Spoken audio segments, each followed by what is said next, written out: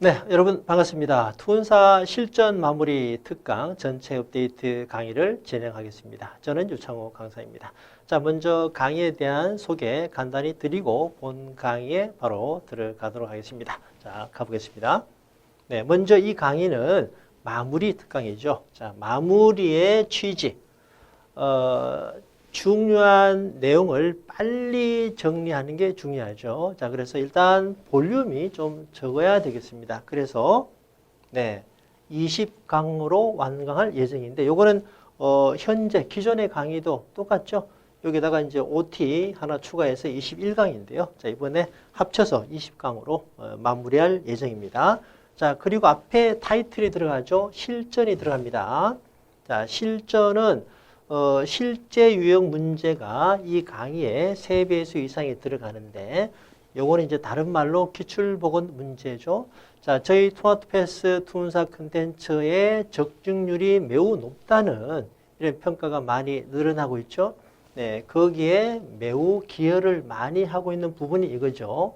네, 제가 많은 노력을 들여서 기출보건 문제를 계속해서 업데이트하고 제공하고 있는데, 자, 아무튼 핵심 종합에 반영이 되는 이 기출보건 문제가 마무리 특강에도 그대로 다 반영이 됩니다. 그래서 이 마무리 특강에도 적중률이 높을 것이다라고 충분히 기대가 되니까요. 열심히 학습을 해 주시길 바라겠습니다. 자, 그러면 이제 그 강의 안내를 좀 더 디테일하게 드리는 차원에서 두 가지 측면에서 자, 안내 말씀드리겠습니다. 자, 첫 번째는 패키지. 패키지 결제한 분의 입장에서, 두 번째는 단과를 결제한 입장에서 보겠습니다. 자, 패키지 결제는 핵심 종합반하고 같이 들을 수 있잖아요. 자, 제일 좋은 거는 핵심 종합을 2회 이상 수강하는 것입니다. 핵심 종합을 2회 이상, 이게 제일 좋아요. 자, 핵심 종합반은 제가 90점 이상을 득점할 수 있도록 그런 완성도로 제가 많은 노력을 기울여서 녹화한 강의인데요. 이런 그 기출 보고 문제도 들어가고 기본서 문제도 들어가고 또 기본서 이론을 최대한 제가 많이 반영을 했습니다. 그래서 이거를 2회 이상 듣는 게 제일 좋습니다만은 자, 이것이 볼륨이 83강이죠. 네, 그래서 단기간에 마스터하고자 하는 분의 입장에서는 버거운 볼륨이 되는 것도 사실입니다. 자, 그런데 이 83강에 대한 것도 부연 설명을 드리자면 이게 사실은 결코 많은 게 아니에요. 왜냐하면 다른 사이트의 경우는 기본 이론과 문제풀이를 분리해야 하지 않습니까? 이 강의는 어때요? 기본 이론 플러스 문제가 융합이 되어서 진행이 되니까 문제풀이가. 그래서 다른 사이트에서 기본 이론 해설 강의 그리고 문제풀이 강의를 합하면은 100강이 넘습니다. 그런 부분을 고려한 다음에 이게 결코 많은 것이 아닙니다. 또 게다가 기본서 전체 범위가 투혼사 아주 방대하잖아요. 2400페이지에 달합니다. 그 많은 부분을 어느 정도 높은 수준의 완성도를 가지고 진행을 하려면 83강을 넘어갑니다. 이것도 사실 제가 많이 줄이려고 애를 많이 쓴 거예요. 어쨌든 핵심 종합을 2회 이상 듣는 것이 제일 좋습니다. 핵심 종합을 2회 이상 들으시면은 굳이 이 강의를 듣지 않으셔도 돼요. 자, 그런데 문제는 아까도 말씀드렸습니다만은 단기간에 저희 토마토패스에서는 한 달 남짓해서 결제하는 분도 꽤 계시거든요. 그러니까 단기 집중 학습을 하겠다는 거죠. 오래 끌면 휘발성이 돼서 날아가 버릴 수도 있으니까 뭐 그런 것 같은데. 자, 그런데 이제 문제는 그렇게 마음을 먹었어도 예정대로 계획대로 되지 않을 때, 예를 들어서 자, 이만큼을 수강을 하고 이 부분을 수강하지 못했다. 이 경우 이 부분을 어떻게 할 거냐, 그죠? 자, 그래서 이 부분은 저희 오프라인 강의 있지 않습니까? 2주 전에 그 강의에서 제일 많은 질문을 받는 게 이거예요. 제가 지금 핵심 종합을 다 못 들었는데 어떻게 해야 되겠습니까? 그러면 제가 바로 실전 마무리 특강으로 대체하십시오. 빨리 이걸로 다 대체해서 마무리하십시오. 이렇게 제가 말씀을 드리거든요. 자, 그래서 20강의입니다만은 네, 이렇게 대처를 해서 어느 정도 합격할 수 있도록 그런 완성도를 맞춰야 되기 때문에 사실은 이 실전 특강에 제가 이 느끼는 이 에너지 강도 굉장히 강합니다. 물리적으로는 이 핵심 종합의 83강이 더 많이 힘이 들 수도 있겠습니다만은 체감적으로는요. 네, 볼륨을 줄이면서도 합격을 할 수 있는 완성도를 갖춰야 되기 때문에 제가 한 말씀이라도 더 많이 드려야 되거든요. 네, 그래서 체감적으로는 이게 쉽지 않은 강의예요. 그런데 제가 힘이 들수록 여러분께는 좋습니다. 제가 많이 힘이 들수록 여러분께는 더 유익하니까. 네, 아무튼 이런 취지로 이 마무리 특강의 어떤 그 효율성, 네, 효과가 아주 크다. 네, 이렇게 패키지를 들으시는 분은 네, 명심하십시오. 마지막에 핵심 종합을 완강할 시간이 도저히 안 된다. 네, 그러면은 이렇게 이 마무리 특강으로 대체해도 된다. 이렇게 해서 합격을 한 분들의 후기가 꽤 있으니까요. 참고를 하시면 되겠습니다. 자, 그럼 이제 단과 입장에서 자, 단과 이 시강만 들어도 합격할 수 있느냐? 좀 전에도 대략 설명을 드렸습니다만은 합격할 수 있도록 제가 네, 많은 애를 노력을 해서 강의를 진행하니까요. 믿고 수강을 하시면 되겠습니다. 자, 여기 관련된 설명은 다음 페이지에서 이어서 말씀을 드리겠습니다. 자, 보시면 자, 경험적으로 봤을 때 투운사의 매회 시험의 출제는요.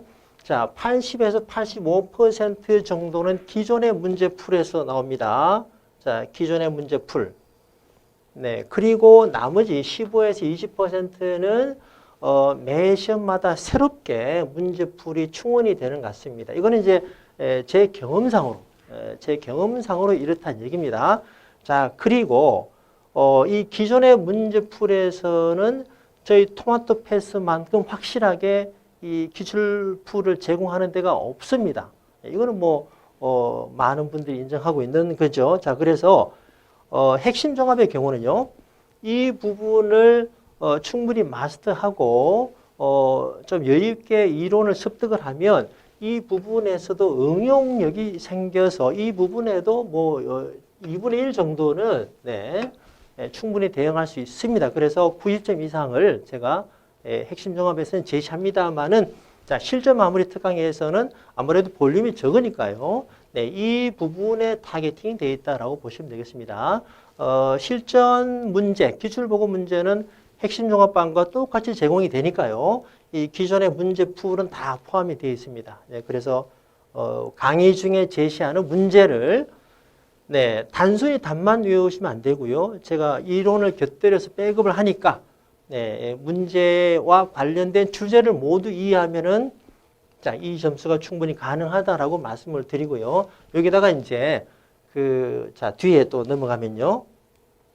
자, 패스코드 있죠. 패스코드에 이 패스코드 안에 부록이 있는데 자, 이 부록이 두 개 중에 하나가 요겁니다. 파이널 체크. 빈출 포인트 OX인데 요것이 아주 유익합니다. 그래서 제가 이제 확실히 말씀드리기를 실전 마무리 특강 단과를 듣는 입장에서도 제 강의를 확실히 이해를 하시고 이 빈출 OX 네, 이걸로 보완을 하시면 네, 80 이상은 확실하다. 네, 이런 타겟팅이 가능하니까요. 그렇게 이해하시고 열심히 학습하시기 바랍니다. 지금 이제 패스코드는 이게 이제 소문이 많이 나서 지금은 뭐 다른 사이트 인강을 듣는 분들도 마지막에 이걸 다 보죠. 거의 안 보는 분이 안 계신 것 같아요. 자, 그런데 이제 여기 안에 모의고사 4회분과 부록이 2개 있는데 어떤 분의 후기를 보니까 모의고사 4회분까지 다 풀지 못하더라도 빈출 OX는 꼭 봐라. 네, 이런 후기를 보게 됐습니다. 저자 입장에서는 매우 흐뭇하죠. 왜냐하면 이게 이제 이 빈출 OX가 정말 유익하거든요. 왜 그러냐면 아주 방대한 투운사 범위를 네, 중요한 것 위주로 요약을 해놓고 또 거기다가 시험에 나온 기출 지문을 다 반영한 것이기 때문에 아주 전체적으로 체계화하기도 좋고 또 익숙하게 실제 시험에 나오는 지문과 익숙하게 되거든요. 그래서 아주 유익합니다. 이제 다만 이것이 이제 88페이지인데요. 여기 이제 의외로 시간이 좀 들 수 있습니다. 그래서 패스코드를 3, 4일 전에 시작하지 마시고요. 좀 일주일 정도 최소한 일주일 정도 여유를 두고 보시면 네, 아주 좋습니다. 자, 그리고 이제 우리 토마토 패스에서 강의를 열심히 듣는 분 입장에서는 인강에서 소개하는 문제와 패스코드의 문제가 중복이 될 수도 있거든요. 자, 그래서 익숙해서 점수가 많이 나오는데 괜찮습니까? 라고 그런 질문 하시는 분도 계시는데 괜찮습니다. 문제를 단순히 외우는 것이 아니라 그 문제의 전체적인 주제 다 이해하고 풀면 이거는 확실히 내 것이 되니까 실제 시험장에서도 충분히 효과가 발휘되니까요. 그런 부분은 염려하지 마시고 대신에 이제 그 패스코드에는 해설이 강의 때보다 더 많죠. 해설을 잘 참고해서 여유 있게 반복을 하시면 굉장히 좋습니다. 자, 그리고 이제 이 빈출 OX는 이제 정말 시간이 없을 경우는요, 이 괄호 넣기는 OX를 풀면 효과가 좋은데 정말 시간이 없는 경우는 미리 답을 써놓고 빨리 봐도 좋습니다. 네, 아무래도 효과는 좀 떨어지겠습니다만은 안 보는 것보다는 100배 좋으니까요. 자, 이 빈출 OX까지 다 본다는 전제하에 이 20강짜리 이것만 들어도 충분히 합격이 가능하다. 네, 이렇게 정리를 하겠습니다. 네, 열심히 학습을 하시면 됩니다. 자, 그리고 이제 전체 커리를 보고 이제 마무리하겠습니다. 자, 커리큘럼이 전체 3과목이고요. 세부 과목이 17개가 있습니다. 자, 17개 세부 과목이 있는데 이 마무리 특강이 20강이 괜히 20이 되는 게 아니고요. 잘 보시면은 이제 여기가 사실은 그 3개죠. 자, 그래서 2개가 추가가 되고요. 네, 그리고 이제 금융 상품이 양이 많습니다. 그래서 요게 또 추가가 돼요. 플러스 1. 그래서 전체가 20강이 됩니다. 네, 그래서 이 세부 한 과목을 한 강에 마치기 때문에 이 강의 한 강당 러닝 타임이 좀 길 수 있습니다. 제가 현재 기존의 강의와 이제 뭐 새로 할 거 평균해서 대략적으로 보면 한 80분에서 90분 정도 되는 것 같아요. 네, 한 강당 평균이 요거보다 좀 뭐 작은 것도 있고 좀 더 많은 것도 있고 해서 좀 보수적으로 잡았을 때 이렇게 되는 것 같습니다. 뭐 보통 한 강보다는 많습니다만은 네, 그래도 20강이니까요. 뭐 핵심 종합에 비한다면 전체적으로 에너지가 훨씬 더 적을 겁니다. 네, 그래서 이제 여기서는 말이죠. 20강에서는 네, 뭐 제가 한 말씀이라도 더 드리는 것이 여러분께 좋기 때문에 네, 이 정도 시간은 충분히 여러분께서 감수를 해주시면 감사하겠습니다. 미리 양해를 드리고요. 자, 이제 전체 17개 세부 과목이 있는데 여기서 말이죠. 파랗게 체크된 거. 자, 이거는 뭐냐면 전략 과목입니다. 다 합치면 20문항이 돼요. 7, 5, 8. 전략 과목으로 해야 됩니다. 이제 왜 그러냐면은 이 해외 투자 부분은요, 전체 17개 중에서 제일 난이도가 낮을 겁니다. 수월하다라는 거죠. 자, 그리고 이제 세제와 리스크 관리는 전체로 봤을 때 한 중상 정도의 난이도인데, 이제 이 부분이 왜 전략 과목이 되어야 되냐면은 분량이 작습니다. 투자의 기본서 범위 2400페이지 정도에서 얘네들은 분량이 작아요. 자, 특히 리스크 관리는 이해만 잘해두면요, 암기 부담도 많지 않습니다. 세제 7문항인데요. 세제도 어려워하는 분이 물론 많죠. 그러나, 뭐, 그래서 공부하는 거 아니겠습니까? 처음에 어렵더라도 공부를 하면 쉬워지죠. 자, 이 7문항은요, 밑에 보시면은, 특히 파생 볼까요? 파생은 세제보다 훨씬 어려우면서 6문항입니다. 분량도 많아요. 네, 채권도 마찬가지고. 네, 이런 부분 고려한다면 이거는 뭐 반드시 이 3개 20문항은 여러분의 전략 과목이 되어서 여러분의 평균 점수를 올려서 합격에 매우 도움이 되는 그런 과목으로 돼야 됩니다. 아시겠죠? 그래서 좀 더 집중하시길 바랍니다. 아시겠죠? 노력을 들이는 만큼 효과도 잘 나오는 과목이기 때문에 좀 더 집중을 하시면 아주 좋습니다. 그렇게 해서 합격을 꼭 하시길 바라겠습니다. 네, 목표한 바를 반드시 달성하시고요. 이제 뭐 학습하는 과정에서 한두 번의 고비가 있을 겁니다. 그 힘들 때마다 뭐 저한테 질문 주셔도 되고요. 뭐 아무튼 저와 함께 호흡을 맞추면서 끝까지 완주해서 꼭 합격하시기를 바라겠습니다. 이렇게 해서 이제 OT는 늘 좀 부담스러운데, 자, OT를 마무리하겠습니다. 그리고 이제 본 강의에 들어가도록 하겠습니다. 자, 1편, 세제, 방금 말씀드린 대로 반드시 전략 과목이 돼야 된다. 자, 좀 더 확실히 집중을 해보겠습니다. 자, 제일 먼저, 자, 이거 보시고요. 자, 먼저 조세 체계가 나오는데, 이 테이블에서 어떤 문제가 나오냐? 국세와 지방세를 구분하는 거. 그 다음에는 직접세와 간접세를 구분하는 거. 이 두 개가 잘 나옵니다. 자, 그래서 직접세는 소득세, 법인세, 부가가치세, 소법부. 요거를 3대 국세라고 합니다. 소법부, 3대 국세. 그리고 이제 지방세는 뭐 이 취득세, 등록, 면허세가 대표적이죠. 그리고 간접세는 부가가치세, 증권거래세를 두 개 외우시면 돼요. 자, 그래서 간접세의 경우는 부가가치세와 증권거래세를 외우시면 되고, 지방세는 취등록세 정도 하시면 되고요. 자, 종합부동산세는 뭐 요즘 사회적으로 좀 뜨거운 이슈가 되고 있잖아요. 자, 종합부동산세는 국세고 재산세는 지방세가 됩니다. 이 정도 보시면 되겠고요. 자, 문제풀이를 통해서 좀 더 정리를 하겠습니다. 자, 다음 중 국세가 아닌 거. 난이도 하죠, 하. 어때요? 자, 취등록세. 취등록세는 지방세가 됩니다. 이제 관련해서 하나 여담을 말씀을 드리면 한 4, 5년 된 것 같아요. 현대차가 그 서울 삼성동의 한전 부지를 매입을 하지 않았습니까? 5년 전인가요? 이거를 무려 10조 원으로 낙찰을 받았습니다. 뭐 사람들 깜짝 놀랐죠. 이게 발표된 이후로 한동안 현대차 전체 주가가 좀 일정 기간 계속 하락했죠. 자, 10조 원으로 한전 부지를 현대차가 매입을 했는데 이제 어떤 세금이 발생한지 보겠습니다. 자, 먼저 한전 입장에서는 양도소득세가 발생해요. 이 부지의 장부가가 8천억 있다고 합니다. 8천억. 1조가 안 돼요. 8천억.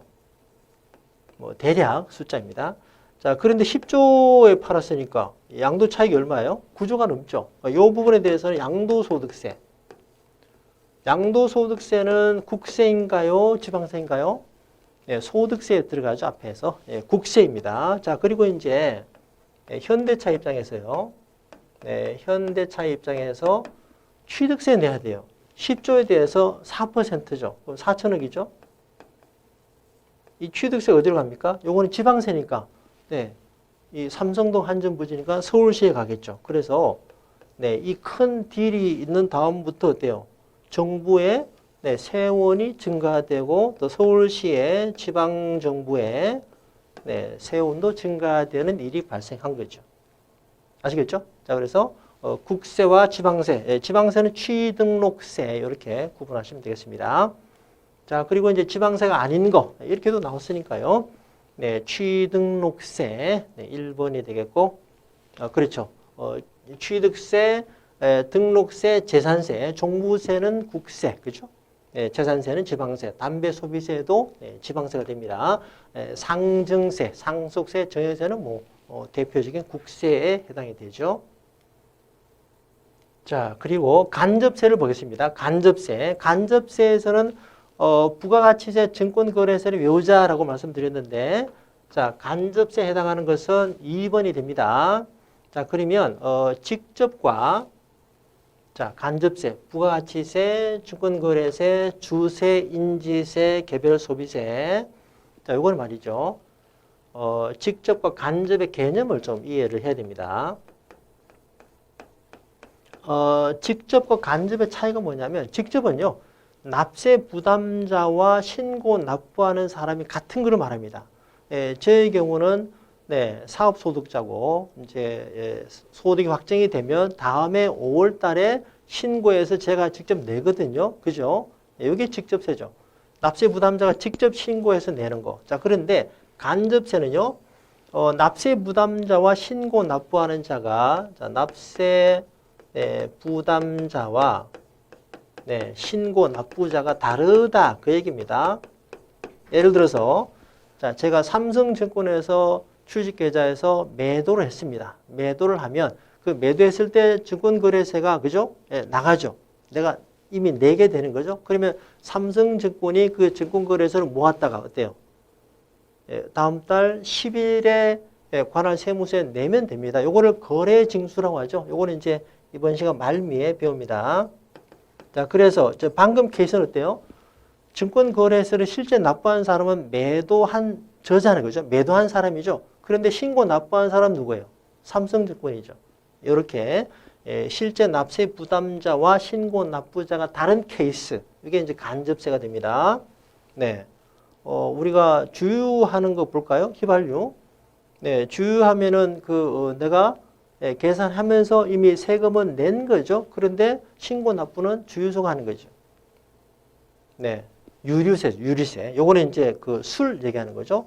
내가 술을 살 때 이미 주세를 납부한 겁니다. 그런데 실제 신고 납부자는 판매업자가 신고하고 납부하는 거죠. 이게 이제 간접세 의미가 되겠습니다. 어쨌든 간접세는 부가가치세, 증권거래세 이렇게 두 개로 확실히 외우시면 되겠습니다.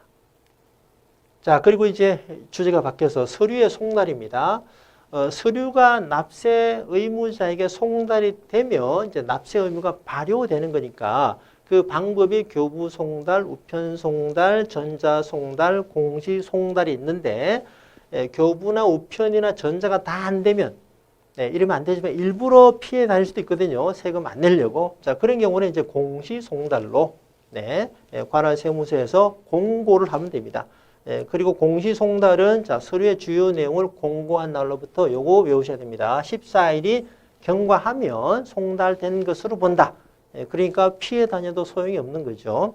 그리고 뭐 오답으로 30일 잘 나오니까 유의하셔야 돼요. 14일입니다. 14일이 경과함으로써 송달된 것으로 간주한다.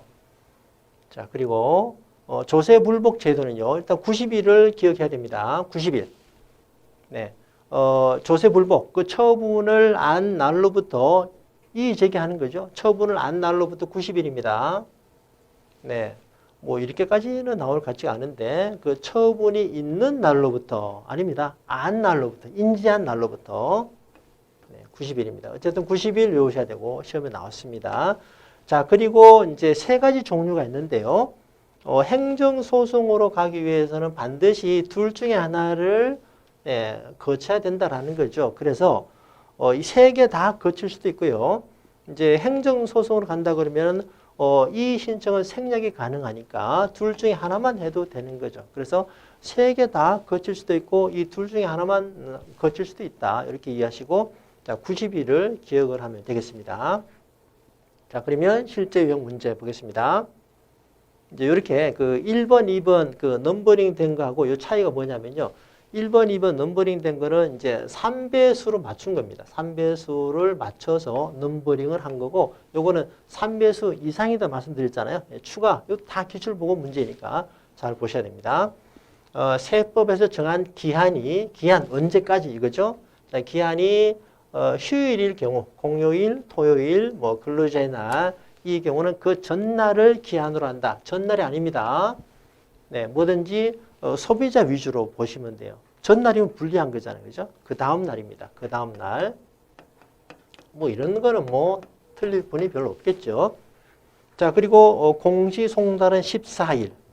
자, 요건 이제 뒤에 나오는데요. 소멸시효. 네, 제척기간과 소멸시효 개념 구분해야 되는데 5억 원 이상의 국세징수권의 소멸시효는 10년입니다. 5억 원 미만은 5년이고요. 네, 처음에는 5년만 있었는데 강화된 겁니다. 5억 이상은 10년입니다. 자, 그리고 이 신청 심사 청구, 심판 청구는 처분청의 처분을 안 날로부터 90일 맞죠? 이렇게. 자, 1번이 답이 되겠습니다. 네 가지 지문 다 시험에 나온 거니까 잘 이해를 하셔야 돼요. 자, 그리고 자, 다음 주제 수정신고와 경정청구입니다. 요거는 이제 일단 둘 다 신고를 한 겁니다. 법정 신고 기한 내에 신고를 했습니다. 신고를 했는데 이제 적게 한 거고 얘는 많이 한 거예요. 많이 하면 어때요? 돌려받아야 되죠. 그래서 많이 했을 경우는 과다 신고를 했을 경우는 5년 내로 법정 신고 기한 경과 후 5년 이내에 환급 청구를 하면 돌려받을 수 있다. 이제 소득세의 경우, 소득세는 어때요? 좀 이제 뒤에 가면 배우는데 납세 의무가 성립되는 거는 이 과세 기간의 종료. 자, 1월 1일에서 12월 31일인데요. 종료되면은 소득이 확정이 되니까 납세 의무가 성립이 됩니다. 여기에 대해서 이제 저의 경우는 5월 달에 자, 종합소득세 신고를 하잖아요. 그죠? 그래서 이때 이제 신고 기한이 5월 31일이니까 근데 과다 신고를 한 경우는 자, 신고 기한 경과 후 5년까지 5년까지 청구를 하면 환급 받을 수 있다. 이 얘기고요. 자, 그런데 신고를 정상적으로 하지 않고 좀 줄여서 했다. 과소 신고가 된 경우는 이제 과소 신고 가산세를 물게 됩니다. 자, 뒤에서 한 번 더 말씀드리고요.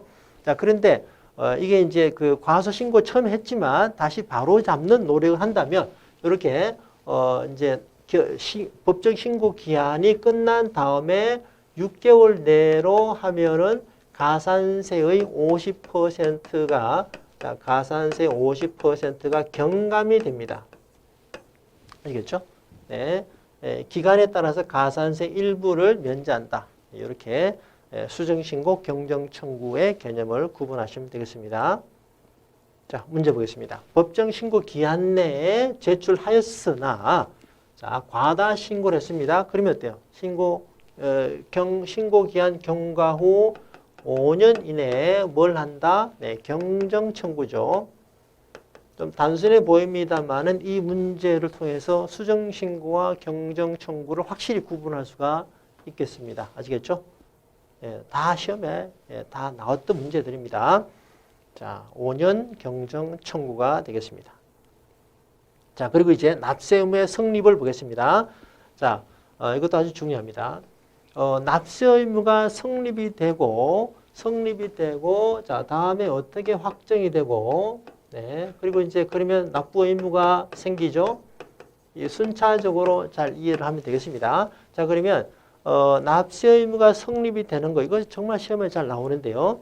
자, 소법부 3대 국세는 과세 기간이 끝나는 때입니다. 처음 공부할 때 이게 개념이 좀 잘 안 잡혀요. 과세 기간이 끝나는 때 성립되는 게 어떤 의미일까? 자, 바로 뒤에 설명을 드리고요.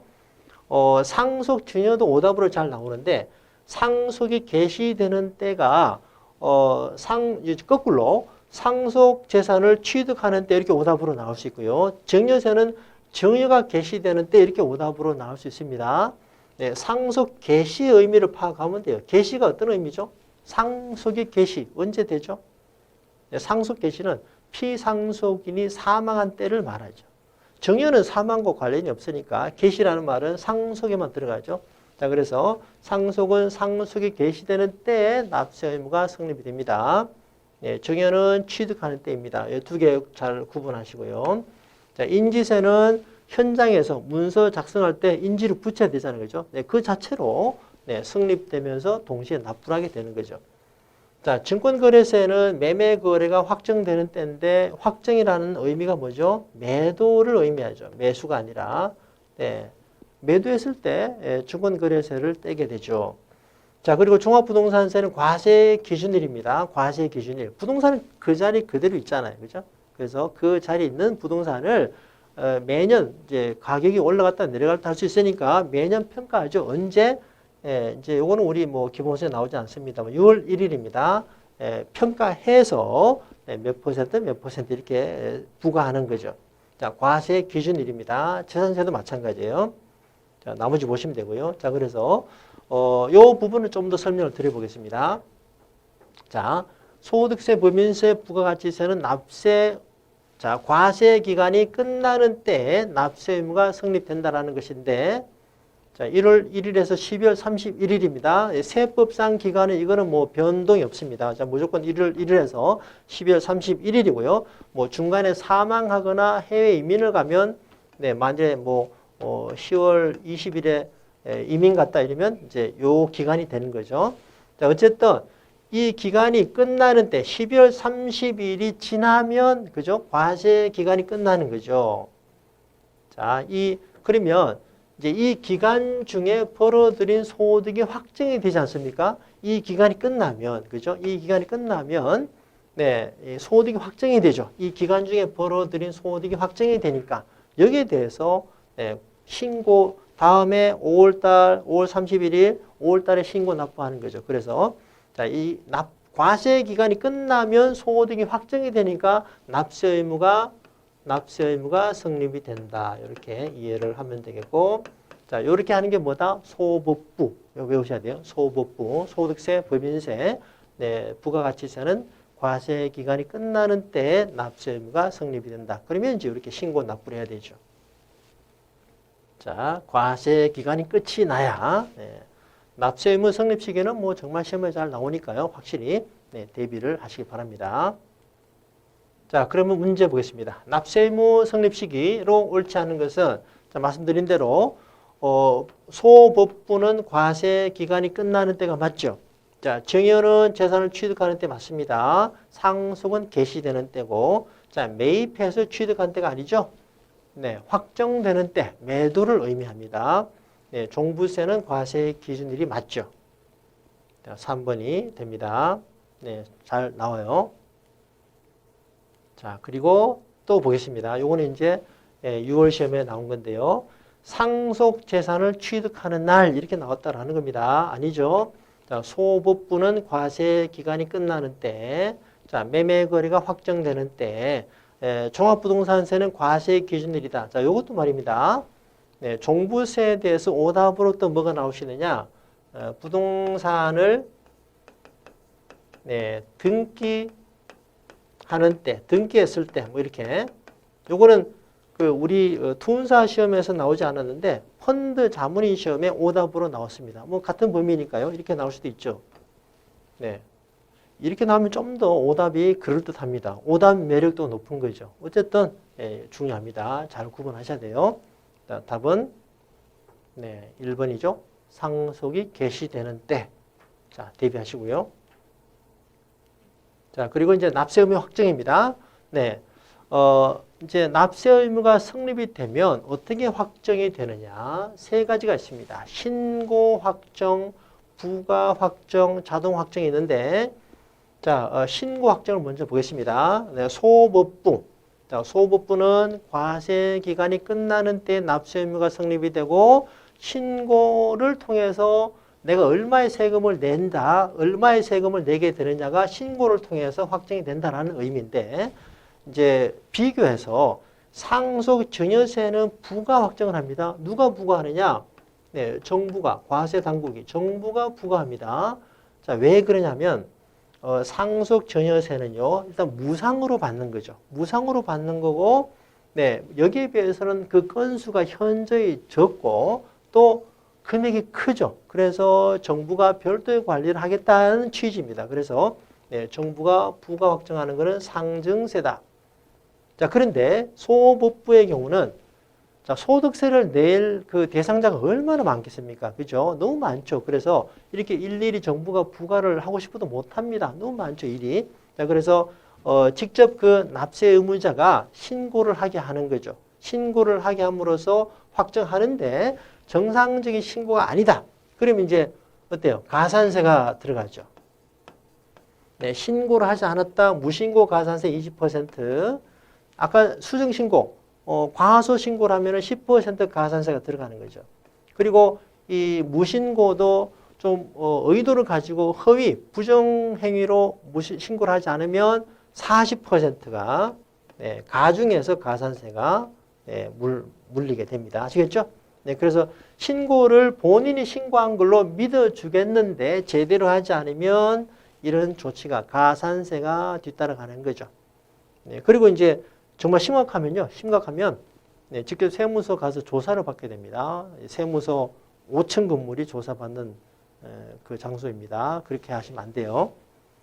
자, 아시겠죠? 자, 이렇게 정리하고. 자, 그런데 이제 여기서 이런 질문이 가능해요. 실제 저한테 그런 질문 한 분도 계시고요. 그러면은 상증세 정부가 부가 확정하는데 왜 신고 납부 기한을 따로 두느냐? 상속은 6개월입니다. 정해는 3개월인데요. 자, 이 기간을 왜 두느냐? 요거는 이렇습니다. 정부가 최종적으로 부과를 해서 확정을 하되 신고를 권장하는 거죠. 그래서 신고를 하게 되면은 현재 3%죠. 과거에 이제 10% 신고세 공제가 있었는데 3% 신고세 공제가 주어지죠. 예전에 10%였습니다. 그러면은 굉장히 커요, 이게. 만일에 상속세 산출세액이 50억이다 그러면 어때요? 제대로 신고하면은 45억이잖아요. 그죠? 자, 그런데 신고하지 않아서 가산세를 물게 되면 20%, 60이죠, 60. 그래서 엄청 차이가 나는 거죠. 15억 원의 차이가 나는 거죠. 그런데 이제 지금은 이제 3%가 됐습니다. 그래서 최종적으로 정부가 부과 확정을 합니다만, 네, 이제 일일이 다 하기 힘드니까 이제 먼저 자진 신고를 유도하는 거죠. 그래서 신고를 제대로 하면은 세액 공제를 해주는 거죠. 이렇게 이해를 하면 되겠습니다. 자, 자동 확정은 현장에서 바로 인지를 붙임으로써 인지세죠. 그리고 원천징수는 이제 지급하면서 바로 확정이 되는 거죠. 자, 세 가지 종류가 있다라고 보시면 됩니다. 신고 확정, 부가 확정, 자동 확정. 이것도 정말 시험에 잘 나와요. 자, 국가가 과세 표준과 세액을 결정함으로써 부가 확정을 말하죠. 상증세, 상속 저해세가 됩니다. 소득세, 소법부, 증권거래세 다 신고 확정입니다. 인지세는 자동이고요. 자, 그리고 다음 문제. 납세 의무의 확정 방법 중 자동 확정이 아닌 거, 인지세, 그리고 원천징수 소득세, 법인세 중간예나 마찬가지입니다. 자, 일단 소법부로 확실히 외우시면 돼요. 소법부는 과세 기간이 끝나는 때 납세 의무가 성립이 되고 신고 확정을 하죠. 신고 확정. 자, 2번이 답이 되겠습니다. 자, 부가치세는 신고 확정이다. 자, 그리고 이제 납부 의무의 소멸을 보겠습니다. 자, 지금까지 성립이 됐었고, 자, 그래서 확정이 되죠. 성립이 되고, 확정 3개, 신고 확정, 부가 확정, 자동 확정. 그리고 이제 납부 의무가 생기는데, 자, 이제 요거는 납부 의무가 소멸되는 케이스를 말합니다. 요 세 가지도 또 시험에 잘 나옵니다. 납부를 하면은 당연히 의무가 소멸되겠죠. 충당은 뭐냐? 현금이 부족해서 부동산으로 충당했다 이겁니다. 자, 그리고 부가가 취소됐을 때, 부가가 납세 세금 내라. 이 부가가 취소가 되면은 안 내도 되죠. 이것도 말입니다. 오답으로 부가가 확정되었을 때 이렇게 오답으로 나올 수 있습니다. 확정이란 취소는 다른 거죠.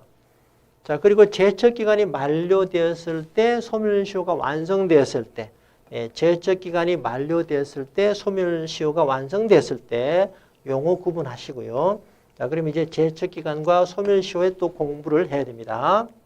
자, 그러면 문제 보겠습니다. 국세의 납부 의무가 소멸되는 사유가 아닌 것은, 자, 부가, 납부 충당, 부가 취소 맞죠? 자, 제척기간 만료, 소멸시효 완성 맞습니다. 납세 의무자가 사망한 경우는 승계됩니다. 승계. 납세 의무가 승계되기 때문에 법인의 경우 합병도 승계가 됩니다. 그래서 요거 시험에 잘 나오니까요. 유의하시고. 이제 아까 말씀드린 대로 1번에서 부가의 확정이 있는 경우 아닙니다. 부가의 취소가 맞아요. 이렇게 대비를 하면 되겠습니다.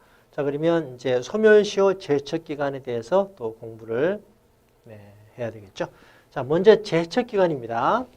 이 차이가 이제 뭐냐 하면은, 제척기간은, 이제 세금을 부과할 수 있는 기간을 말하고요. 소멸시효는 부과를 했을 때 그 부과의 효력, 즉 징수할 수 있는 기간을 말하죠. 이게 차이가 있습니다. 자, 제척기간은 부과할 수 있는 기간입니다. 부과. 자, 그래서 먼저 제척기간을 보면은 일반 조세와 상증세는 5년, 10년입니다. 상증세가 어때요? 좀 더 타이트하게 관리하겠죠. 예, 무상으로 받는 거니까 그렇게 보시면 되고, 이제 기본이 5년, 10년인데요. 신고하지 않았다 7년. 자, 상증은 다 15년입니다. 신고를 부정행위로 하지 않았다, 부정행위로 포탈했다, 환급받았다 10년이고요. 예, 국제거래 수반되면 15년입니다. 예, 상증은 간단하죠. 기본이 10년이고 조금이라도 이상하면 15년이 됩니다.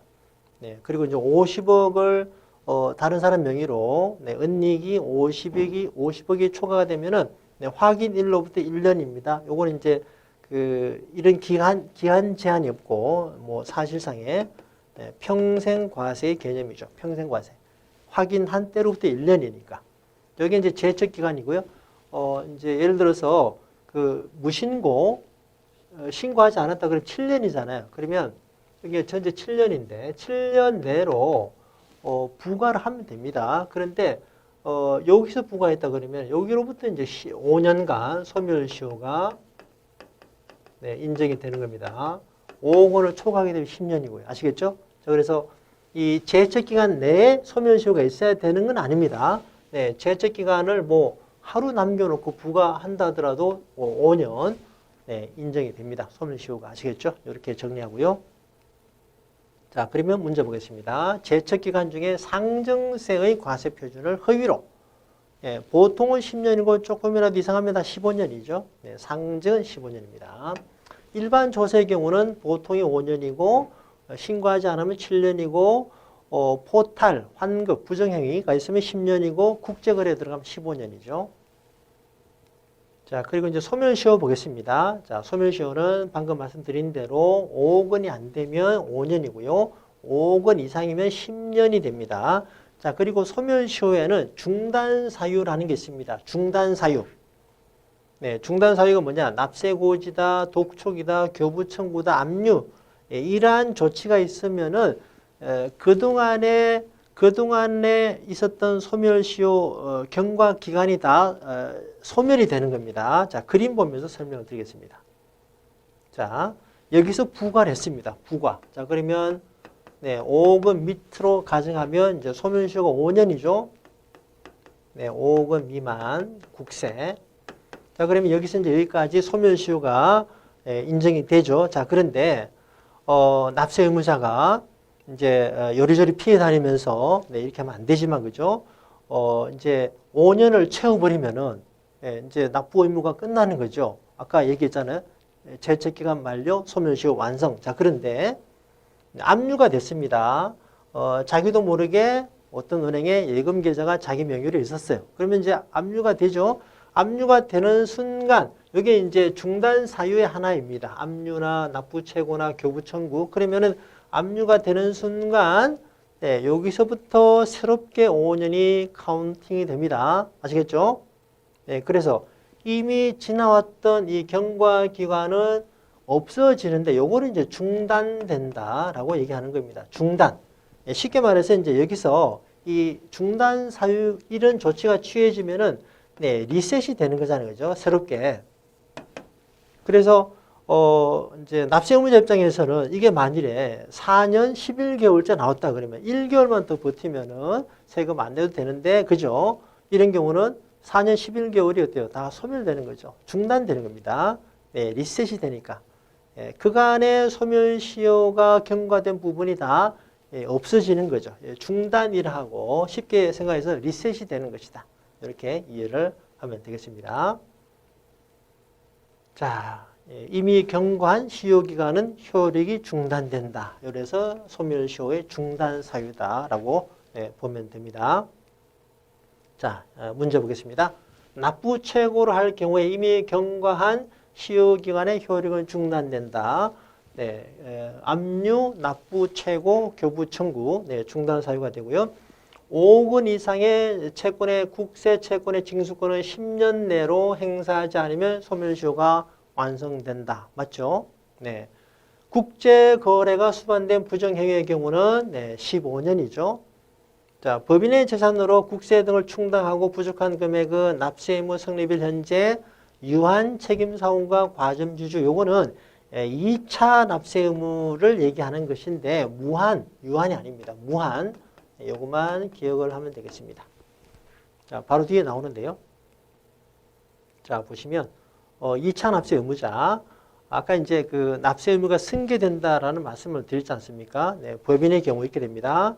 자, 뭐 요거는 세부 설명은 뭐 중요도가 떨어지니까요. 자, 이 2차 납세 의무자 네 가지가 있고 여기서 출자자의 경우는 무한 책임 사원을 말합니다. 무한 책임 사원 말 그대로 책임을 무한대로 지니까 네, 세금 안 냈을 경우에 그 납부 세금에 대한 의무도 지게 된다 얘기죠.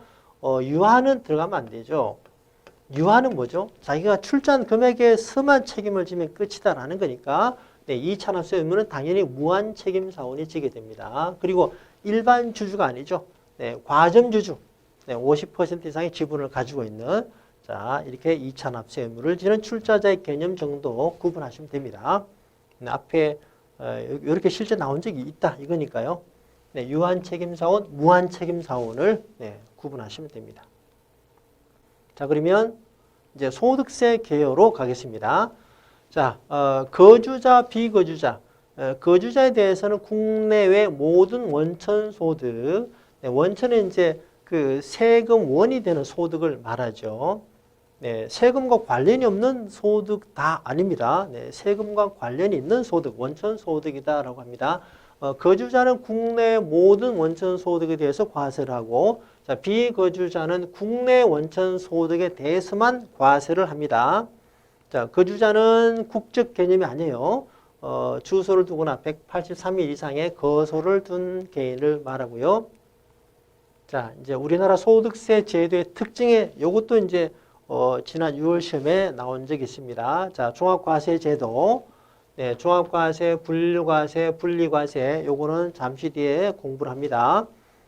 우리나라 소득세는 열거주의가 원칙이고요. 자, 소득세법은 소득 원천서를 기본으로 하는 열거주의를 원칙으로 하고 있다. 예외로 네, 유형별 포괄주의가 있습니다. 이것도 잠시 뒤에 보고요. 자, 신고 납세 제도죠. 자, 소득세. 자, 소득세는 소법부라고 해서 납세 의무 성립은 어때요? 과세 기간이 끝나는 때죠.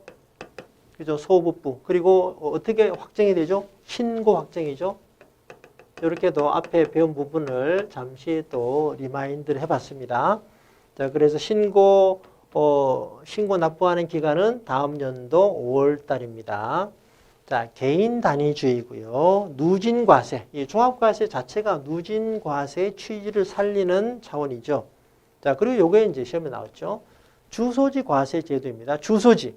내가 살고 있는 소득 발생지 회사 주소가 아니라 내가 살고 있는 주소지 과세 제도입니다. 소득 발생지에도 불구하고 주소지를 납세자로 한다 하시겠죠? 자, 그리고 이제 이 과세 기간은 아까 한번 말씀드렸습니다만은 세법상 과세 기간이 이렇게 정해져 있습니다. 1월 1일에서 12월 31일인데 중간에 사망하거나 출국 시에는 그 시점까지가 과세 기간이 되는 것이다. 앞에서 말씀드린 바가 있고요. 자, 문제 보시면 우리나라 소득세 제도의 특징과 거리가 먼 것은 자, 소득 원천별로 구분해서 열거주의 원칙, 소득 발생지 과세 제도 아니죠. 네, 개인 주소지입니다. 주소지. 살고 있는 주소지 과세. 이게 별거 아닌 것 같아도 이 문제를 보고 가는 거하고 보지 않은 거 좀 이렇게 보지 않으면 헷갈릴 수 있습니다. 네, 그래서 문제를 풀어보는 것이 아주 중요합니다. 문제를 통해서 내가 이해를 하는 것이 아니면 내가 확실히 아는 게 아니다. 이렇게 생각을 하셔야 돼요. 자, 종합과세를 말하는 거고, 그죠? 정부 부과 제도가 아닌 신고 납세 제도. 정부 부과 제도는 뭐죠? 부과 확정, 상속 증여세를 말합니다. 자, 주소지입니다. 소득 발생지가 아니라. 자, 그리고 이제 소득세 과세 이론입니다. 방금 말씀드린 대로 소득세는 열거주의를 원칙으로 해요. 열거주의를 원칙으로 하고요. 예외가 이제 두 가지인데, 법인세의 경우, 자, 소득세, 개인에 대한 소득세를 소득세라고, 법인에 대한 소득세를 법인세라 하죠. 자, 법인세는 완전 포괄주의입니다. 상증세, 법인세는 완전 포괄주의예요. 열거주의보다는 납세 의무자 입장에서 납세 부담은 열거주의보다는 포괄주의가 더 많은 부담이 생기겠죠. 더 타이트합니다. 당연하죠. 그러니까 상증세는 아까도 말씀드렸습니다만 무상으로 이전 받는데 금액 단위도 보통 크죠. 그래서 완전 포괄주의를 적용을 합니다.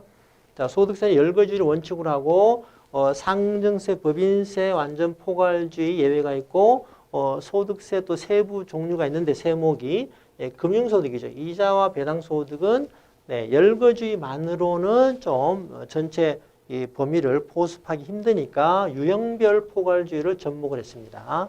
유형별 포괄주의. 자, 그리고 열거되지 않은 소득에 대해서는 과세하지 않는다가 이거죠. 열거주의죠.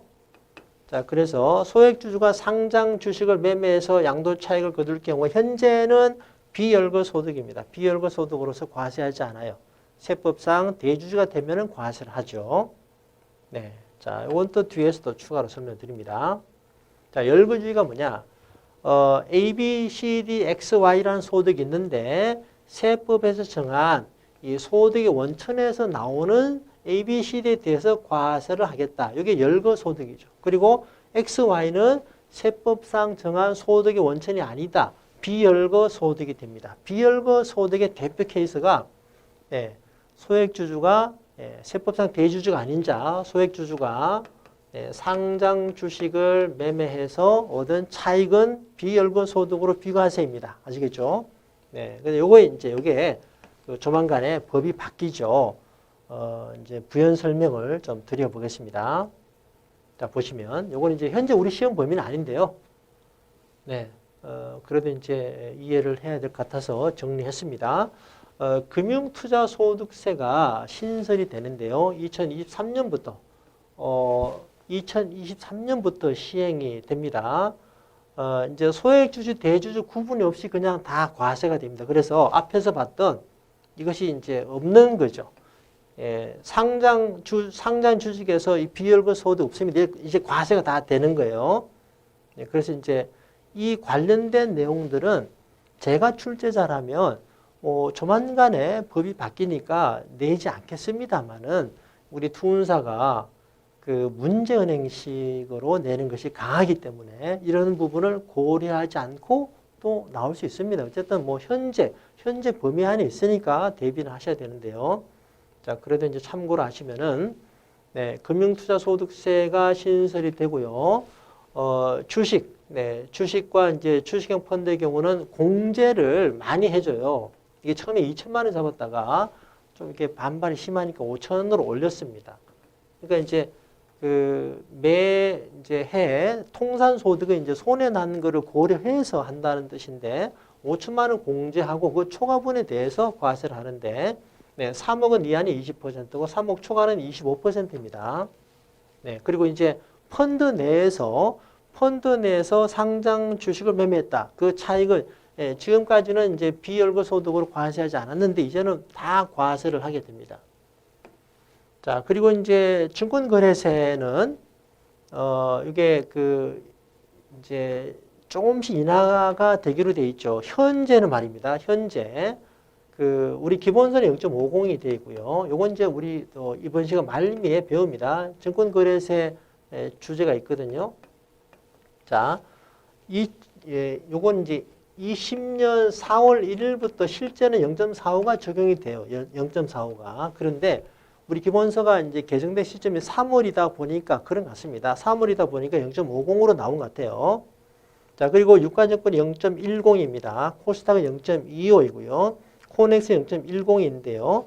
이게 이제 21년부터 조금씩 인하해서 요거 시험 범위는 아닙니다. 23년부터는 0.08 그래서 최종적으로는 0.10%를 추가로 인하하겠다는 뜻이에요.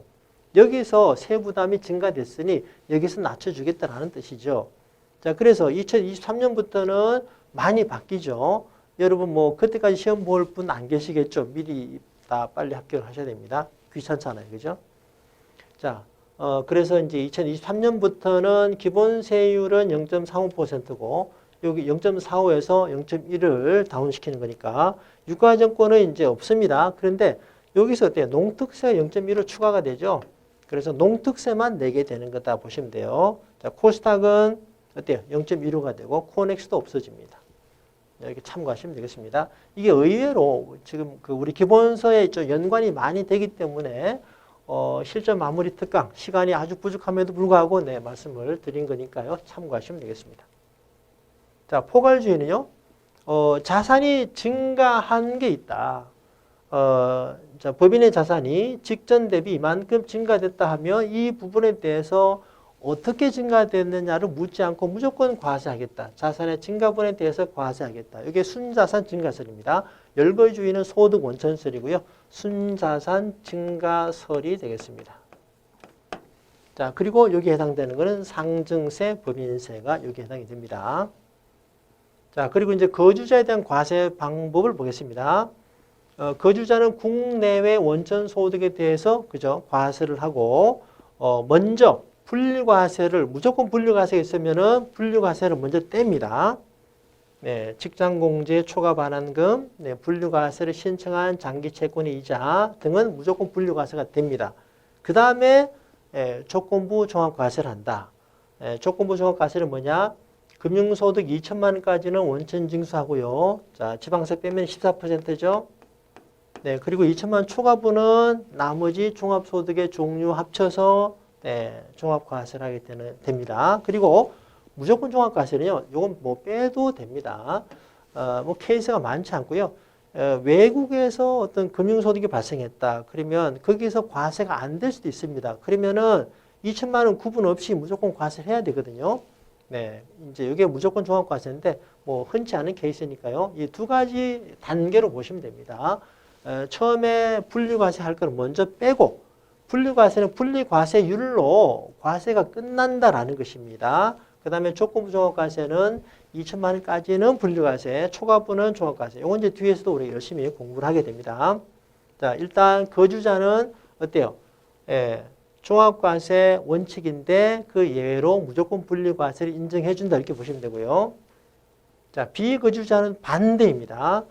비거주자는 분리과세가 원칙입니다. 분리과세가 원칙인데 사업장이나 부동산 임대 소득이 있는 경우는 종합과세 한다고 보시면 됩니다. 정확히 말하면 이제 이것도 조세 조약이 있죠. 네, 조세 조약이 체결된 국가와 체결되지 않은 국가의 비거주자 구분이 되는데 체결된 경우는 이 국내 사업장이나 부동산 임대 소득이 연관이 돼야 됩니다. 금융소득과 연관이 돼야 되는 요건이 들어가고요. 그런데 조세 조약이 체결되지 않은 국가는 연관에 대한 요건 없이 무조건 네, 이것이 있으면은 종합과세가 됩니다. 네, 뭐 이렇게 세부적으로 나올 것 같지는 않으니까요. 예, 이렇게 구분하시면 되겠습니다. 비거주자에 대해서는 자, 앞에 거주자는 어때요? 종합과세가 원칙이고 예외적으로 무조건 분리과세를 인정합니다만 비거주자는 일단 분리과세가 원칙인데 국내 사업장이나 부동산 임대 소득이 있으면 좀 규모가 큰 거잖아요. 그죠? 이런 경우는 종합과세를 한다고 보시면 됩니다. 그리고 또 중요한 거는요. 자, 이 부분은 매우 중요해요. 퇴직소득이나 양도소득은 분류과세 대상인데 비거주자도 얘네들은 분류과세 한다 이겁니다. 분류과세. 네. 잠시 뒤에 좀 더 설명드리겠고 일단 비거주자도 퇴직이나 양도소득인 분류과세 대상이다. 요거는 기억해야 됩니다. 자, 문제 보겠습니다. 소득세 과세 기간은 법인세와 달리 사업 개시나 폐업에 의해 영향을 받지 않고 그죠? 네, 임의로 설정하지 않는다라는 겁니다. 1월 1일에서 12월 31일 중간에 사망하면 그 시점까지 해외 이민 가도 그 시점까지 자, 국내에서 거주자에게 이자 소득이나 배당 소득을 지급하는 자는 그 거주자에 대한 소득세를 원천 징수해서 징수일이 속하는 다음 달 10일이죠. 네, 원천 징수 10일입니다. 원천 징수든 거래 징수든 다음 달 10일입니다. 네, 2월 10일. 이것도 시험에 나왔습니다. 아주 뭐 어렵지 않고 기본적인데도 이렇게 시험에 나온 적이 있으니까요. 잘 챙겨야 됩니다. 자, 비거주자에 대한 과세는 비거주자의 국내 원천 소득에 대해서만 과세하며 맞죠? 분리과세가 원칙이나 국내 사업장이나 부동산 임대 소득이 있는 경우는 종합과세를 한다. 맞습니다. 거주자나 비거주자의 개념은 국적과 관계없다. 주소를 두고 있거나 183일 이상의 거소 맞죠? 그래서 자, 요거죠. 네, 이렇게도 나온 적이 있으니까요. 네, 대비해야 됩니다. 다음 달 10일입니다. 10일. 자, 그리고 이제 금융소득 종합과세 방금 뭐 공부했던 부분을 좀 더 정리를 하는 중요한 페이지입니다. 이 부분에 대해서 질문이 많이 들어오거든요. 기본 개념을 확실히 잡아야 됩니다. 자, 금융소득 종합과세가 뭐냐? 처음에는 이게 없었어요, 이게. 자, 이 소득세 제도 처음에는 이게 종합과세만 있었거든요. 예, 종합과세가 뭐냐? 다 합쳐서 이자 소득, 배당 소득, 근로사업, 연금, 기타, 양도, 퇴직 다 합쳐서 과세했다. 합쳐서 과세하는 취지가 뭐죠? 네, 합쳐서 과세하는 취지는 누진세죠. 누진세. 누진세를 적용하기 위해서 하는 겁니다. 누진세. 누진세가 조세의 정의에 부합한다라는 거죠. 돈이 많은 사람이 더 많은 세금을 내게끔 하는 건데, 자, 그래서 종합과세 하는 거는 누진세를 적용하기 위해서이다. 자, 그런데, 이자 소득, 배당 소득은 가장 흔하게 발생하는 거다. 예, 그래서, 조세 저항이 생길 수도 있고, 또 조세 징수 편의 차원에서도 굉장히 좀, 일이 많아지겠죠. 종합과세라면. 그래서, 금융소득에 대해서는 별도로 취급하겠다. 그 별도로 취급하는 내용이, 자, 그 해에 금융소득 합쳐서, 자, 이자 배당을 금융소득이라 합니다. 이 합쳐서 2천만 원이 안 되면, 14%로, 그 의무를 종결하는 거죠. 분리과세. 납세가 종결이 됩니다. 이제 지방세 합치면요, 소득세 할 10%니까 1.4가 돼서 15.4가 되는데요. 일단 뭐 지방세 빼고 이렇게 얘기하고 있습니다. 자, 그래서 2천만 원이 안 되면 14%로 종결이 되는 겁니다. 과세하고. 이것도 사실은 처음에는 4천이었죠. 자꾸 내려온 겁니다. 자, 그리고 이제 내려왔던 금액이 4천에서 2천에 떨어지는 건 뭐예요? 납세 부담이 커지는 거죠. 정부 입장에서 이제 세원을 좀 더 넓히는 효과가 나오는 거고. 자, 그러면, 그래서 이자 배당 소득은, 자, 2천만 원 안 되면 2천만 원 이하까지는 이렇게 14% 분류과세로 납세가 종결이 되고, 2천만 원 초과분에 대해서는 나머지 소득과 합산해서 종합과세를 하겠다 이 뜻입니다. 이것이 금융소득 종합과세예요. 앞에 조건이 들어가 있는 거죠. 자, 그리고 양도소득과 퇴직소득은요, 처음에는 종합해서 과세를 하였으나 매년 집을 팔고 매년 퇴직하는 게 아니지 않습니까? 경상소득이 아니다라는 거예요. 경상소득은 뭐냐? 오디너리, 매년 발생하는 거, 반복적으로 발생하지 않는 비경상소득에 대해서 종합해서 과세하는 거는 이거는 좀 지나친 과도한 납세다. 이렇게 인정이 돼서 따로 분류해서 과세하는 겁니다. 그래서 자, 정확히 말하면 양도소득세, 퇴직소득세라는 세목이 이름이 들어가는 거죠. 그래서 이제 뭐 이자소득세, 배당소득세 흔히 이렇게 얘기하는데 정확히 말하면 여기는 세자를 붙이면 안 돼요. 이자소득에 대해서 과세하는 거지. 별도의 세목으로 정해진 건 아니거든요. 그러나 양도소득세, 퇴직소득세는 별도의 세목으로 과세하는 거예요. 그래서 양도소득세, 퇴직소득세라는 말이 있다. 자, 아시겠죠? 그래서 우리나라 소득세 과세 체계는 종합과세가 원칙인데, 자, 종합과세 원칙인데요. 요거는 그 종합과세 성질이 맞지 않다라고 해서 따로 해서 분류해서 과세하자. 그래서 양도소득세, 퇴직소득세는 따로 과세하는 겁니다. 그리고 종합을 하되 예외를 인정해 주는 게 분리죠, 분리. 종합을 하되 이제 요거는 혜택을 주는 거죠. 종합 대상에서 빠지는 거. 종합 대상에서 빠지면 어때요? 과세 구간이 덜 올라가니까 세부담이 적어지게 되죠. 자, 그래서 우리나라 과세 체계는 종합과세, 분리과세, 분류과세 세 개다. 이거는 매우 중요합니다. 개념을 정확히 이해해야 되고 여기에 대해서 시험에 엄청 많이 나옵니다. 자, 그러면 이제 하나씩 보도록 하죠. 자, 종합과세 대상이 안 있는 거 어때요? 이거는 너무너무 많이 나왔습니다. 퇴직소득, 양도소득이죠. 4번이 됩니다. 자, 그리고 이제 이자소득의 종류. 그래서 일단 이 슬라이드에서 이제 전체 종합과세, 분리과세, 분류과세의 개념을 이해를 하고 이제 그 이자 소득의 세부 종류, 배당 소득의 세부 종류를 이제 배우게 되는 거죠. 그리고 양도 소득은 좀 지나서 또 따로 배우게 됩니다. 자, 그러면 자, 보겠습니다. 이자 소득의 종류를 구분하는 문제도 나오는데 가장 많이 들어가는 단어가 뭐예요? 이자죠, 이자. 네. 할인액은 이제 할인채의 경우 할인 1억짜리를 자, 9천으로 받아서 만기 1억 받는다. 이거 어때요? 1,000만 원이 할인액인데 이자가 되는 거죠. 그래서 이자와 할인액이 되는 겁니다.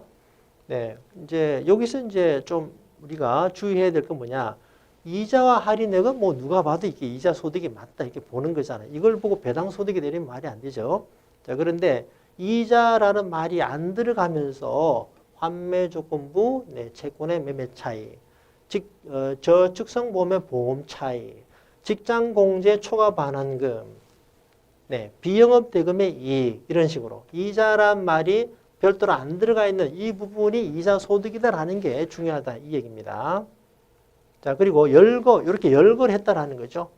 그리고 제일 밑에 이자와 배당 소득은 이거 외에도 여러 종류가 있을 수 있으니 충분히 다 과세하는 그 대상에 포섭하기 위해서 이와 유사한 이렇게 포괄성의 의미를 접목을 시켰다. 그래서 합쳐서 유형별 포괄주의다라고 하는 거죠. 이자와 배당 소득은 유형별 포괄주의다라고 보면 됩니다. 일단 종류 구분에 대비해야 됩니다. 자, 세법상 이자 소득에 속하지 않는 것은 채권의 이자와 할인에 저축성보험의 보험 차익, 환매 조건부 채권의 매매 차익. 매매 차익이라는 말이 들어가니까 이자 소득이 아닐 거다라고 답을 틀리겠지라고 이제 보고 출제하는 거예요. 그런데 RP의 매매 차익은 이자 소득이다. 이렇게 확실히 외우시고요. 이제 왜 이자 소득인지는 또 앞으로 또 설명을 드리겠습니다. 기회는 많아요. 1과목의 CDRP 배울 때 또 그 금융상품에 추가로 설명이 되고요. 출자 공동사업자의 손익 분배가 들어가면 일단 배당에 가깝죠. 배당 소득이 됩니다. 자, 그래서 3번이 답이 됩니다. 4번으로 공부를 안 하면 4번으로 체크를 할 수 있다 이 뜻이에요. 자, 그리고 이제 배당 소득의 종류를 보겠습니다. 배당 소득. 근데 여기는 당연히 또 배당이나 분배라는 말이 들어가겠죠. 자, 그리고 이제 의제 배당은요.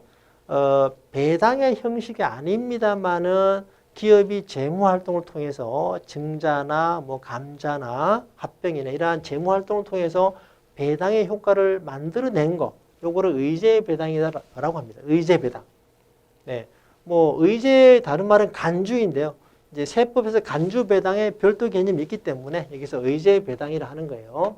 인정 배당은 법인세 처분 과정에서 또 주주들에게 배당의 효과가 나온 거. 이게 인정 배당입니다.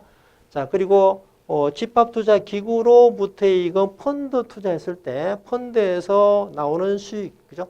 집합투자기구로부터의 이익이 됩니다. 그리고 출자 공동사업자 손익분배금. 자, 분배니까 배당인데요. 요거 앞에서 요거 유의하셔야 됩니다. 출자라는 말이 빠져버리면. 공동사업자의 손익분배금은 사업소득이 됩니다. 그런데 출자는 뭐예요? 출자하고 배당을 받겠다 이거잖아요. 출자가 안 들어가면 내가 직접 사업을 하는 거니까 사업소득이 되는 거고 출자가 들어가면 배당소득이 되는 겁니다. 구분하셔야 돼요. 자, 그리고 이제 파생상품의 이익은요. 둘 다 들어가는데 앞에서는 여기서는 이제 이자 소득의 요건을 충족하는 것이고 자, 여기서는 배당 소득의 요건을 충족하는 거다 보시면 됩니다. 여기도 이제 유사 배당 소득으로 전체적으로 유형별 포괄주의가 되겠습니다. 자, 문제 보시면 배당 소득에 해당하는 것은 모두 묶어라. 자, 펀드 투자해서 받는 거는 국내외 다 배당 소득입니다. 공동사업자는 뭐였죠? 사업 소득이죠. 자, 그리고 환매 조건부 채권의 매매 차익은 매매 차익이라서 이게 배당이나 양도를 생각할 수 있는데 요거는 이자죠. 이자 소득. 이렇게 구분하시면 됩니다. 자, 그래서 앞에 두 개죠. 가와 나가 되겠습니다. 자, 말씀드린 거 체크하시고요.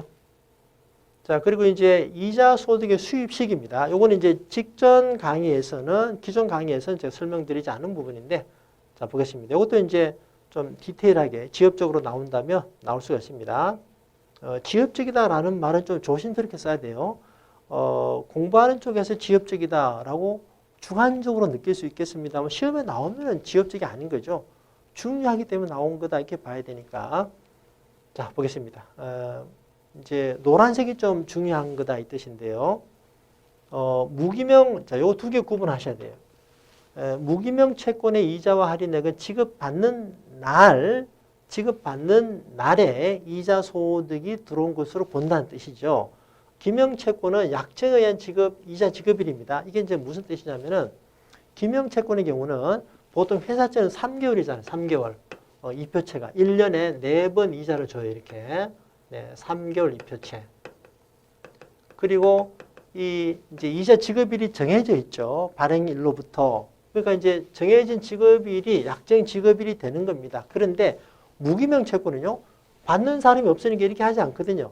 무기명 채권은 주는 날, 실제로 받는 날이 이자 소득의 수입 시기가 된다. 다른 말로 어려운 말로 귀속 시기라고 하죠. 아시겠죠? 그러니까 기명 채권은 이제 주기 편하잖아요, 그죠? 누구에게 주면 되니까. 기명 채권은 약정 지급일이 있습니다, 이렇게. 그러나 무기명 채권은 약정 지급일이 없습니다. 네. 이제 보통 이제 무기명 채권은 뭐 할인채이거나, 네, 뭐 할인채가 아니라도 미리 정해놓지는 않습니다.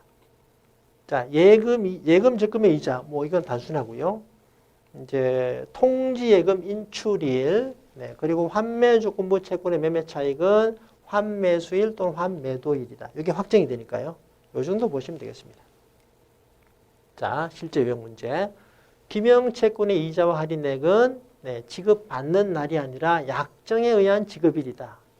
이게 좀 오래된 문제인데 어쨌든 뭐 한번 우리 범위 안에 들어가니까 좀 대비를 하면 좋겠습니다. 무기명 채권은 실제 지급받는 날.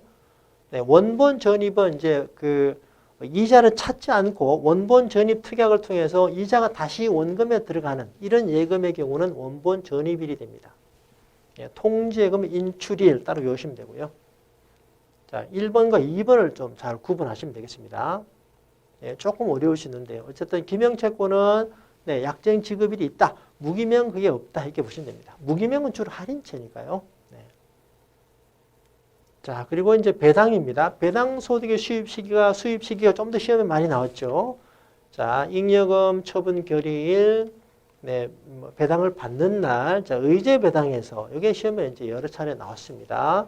네, 감자 결의일, 해산이 특히 해산, 뭐 해산일 또는 해산 등기일 다 아니죠.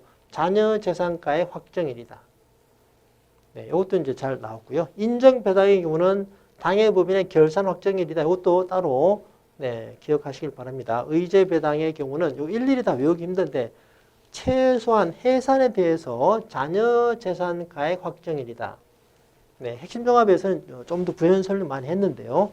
일단 이렇게 정리를 하면 되겠습니다. 자, 보겠습니다. 의제 배당의 수입 시기를 잘못 나타낸 것은 감자, 결의, 합병, 등기, 해산일 아니죠. 네, 잉여금의 자본 전입. 이제 뭐 또 추가 설명을 드리면 이제 결의는요. 결의는 유상증자 감자 관련된 거예요. 그러니까 결의. 예. 잉여금 자본 전입은 무상증자이거든요. 결의. 합병은 좀 더 큰 거죠. 법인 전체 어떤 형태가 바뀌는 거니까 등기를 필요로 합니다. 그래서 이제 잘 보시면은 네, 그 감자 요거 이제 결의, 네, 잉여금의 자본전입도 결의, 합병이나 분할 이게 다 등기가 됩니다. 등기. 네, 해산을 별도로 외우시면 돼요. 자녀 재산가액의 확정일이다. 네, 해산은 요건이지 이제 해산의 요건이 되면 실제 청산이라 그러죠. 행위는 이제 해산에 대한 그 청산 행위라고 하죠. 해산은 요건에만 해당이 됩니다. 어쨌든 자녀 재산가의 확정일이다 보시면 되고요. 자, 그래서 의제 배당의 수입 시기 잘못 요거 아주 뭐 여러 차례 시험에 나왔다 보시면 됩니다. 자, 그리고 한 번 더 보시고요. 자, 이제 그 적격 집합 투자 기구에 대한 얘기가 있는데 요거는 그 이제 19년 11월 시험에 나온 바가 있는데 이제 잠시 전에 설명을 드렸습니다만은 2023년부터 금융투자소득세가 신설이 되거든요. 다 없어집니다. 예, 그때 되면 이 비열거 소득이 없어지기 때문에 이게 다 없어지게 돼요. 그런데 어쨌든 뭐 지금 현재는 이 제도가 아직 시행되기 전이고 기본서에 있으니까 시험 대비는 해야 됩니다. 자, 적격은 세법상 적격은 뭐냐? 세제 혜택을 소득공제든 세액공제든 뭐 등등의 세제 혜택을 받기 위한 요건을 말합니다. 적격이란. 네, 참고하시고요. 그래서 적격 집합이 되면은 적격 펀드가 되면은 일부 손익 과세 제외라는 규정이 적용이 되는데 일부 손익 과세 제외는 뭐냐? 우리가 직접 투자할 때 소액주주가 상장 주식을 매매해서 얻은 양도 차익은 세금을 안 내잖아요. 비열거 소득이니까 펀드 내에서도 이거를 인정해 주겠다라는 거죠. 그래서 펀드 내에서 주식을 사고 팔아서 요거는 과세를 하지 않는다. 일부 손익 과세 제외다. 그 뜻입니다. 자, 그러면 자, 펀드에서 전체 투자해서 얻은 이익입니다. 이 중에서 상장 주식을 사고 팔았다. 이 부분은 아예 과세 대상에서 제외됐다는 거죠. 자, 보시면 상장 주권의 매매나 평가 차익. 여기에 대해서는 과세가 아니다. 왜? 왜 과세가 아니냐? 비열거 소득이기 때문에. 아시겠죠? 비열거 소득이기 때문에 과세를 하지 않았다 이 뜻입니다. 그리고 상장이 아니라도 장외에서 벤처기업의 주식은 인정해 줬어요. 벤처를 육성하는 차원에서. 자, 그리고 요거 2번 좀 주의하셔야 됩니다. 파생 상품은요. 현재 그 코스피 200을 기초 자산으로 하는 지수 선물, 지수 옵션, 그리고 ELW. 요거를 기초로 하는 장내 파생은요. 양도소득세가 과세됩니다. 이거 2016년도부터. 자, 그러니까 잘 보시면은 상장 주권을 기초 자산으로 한, 그죠? 코스피 200을 기초로 하는 게 아니죠. 상장 주권을 기초로 하는 것에 대해서는 세금 내지 않는다. 그래서 과세 대상에서 제외된다. 다른 말로 일부 손익 과세 제외의 대상이다. 이 뜻입니다. 네, 이렇게 이해하시면 돼요. 자, 문제 보겠습니다. 집합투자기구로부터의 이익은 배당소득이다. 왜 그렇죠? 요건 어때요?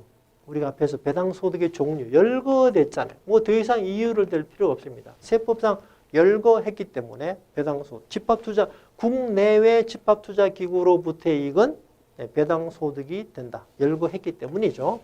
그리고 이제 집합투자기구 외의 신탁이다. 이건 무슨 뜻이냐면은 은행의 특정 금전 신탁, 네, 은행의 신탁을 말한다고 보시면 됩니다. 펀드의 투자 신탁 말고. 이 경우는 이 신탁 안에 들어있는 그 성격에 따라서 이자 소득 또는 배당 소득으로 과세가 됩니다. 펀드는 무조건 배당 소득입니다. 자본시장법상의 펀드는. 자, 펀드에서 코스피 200을 기초 자산으로 한 파생 상품으로부터 발생한 매매 차익이 어때요? 이건 과세 대상에서 제외하면 안 되는 겁니다. 양도소득세를 과세하는 거죠. 상장 주식을 기초로 하는 요거는 제외되죠. 네, 벤처 제외됩니다. 네, 요게 이제 그 19년 11월 시험에 이게 많이 어려웠다고 하는데요. 뭐 내용을 알면 어렵지 않죠. 네, 내용을 모르면 이제 어려운데 어쨌든 뭐 2023년에 제도 변화 우리가 알면 일단 뭐 좋은 건데요. 이제 시험 대비로는 그 별도로 현재 있으니까 대비를 하겠다 이런 마인드로 준비를 차근히 하시면 좋겠습니다. 자, 그리고 이제 다음 주제인데요. 금융소득에 대한 과세 방법에서 원천징수. 자, 원천징수는요. 아까 소득세에 대한 과세 체계 세 가지가 있었죠. 종합과세, 자, 종합의 대상이 아예 안 되는 거 분류, 그리고 종합과세 대상에서 일부 혜택을 주는 게 분리잖아요.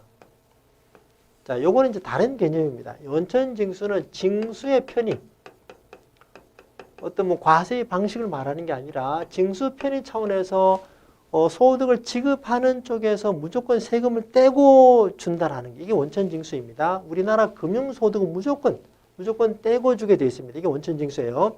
자, 금융소득, 이자 배당 소득은 자, 은행이 준다. 네, 뭐 펀드 회사가 준다. 증권회사 준다. 어쨌든 다 떼고 줍니다. 14%를 떼고 원천징수 세율이요.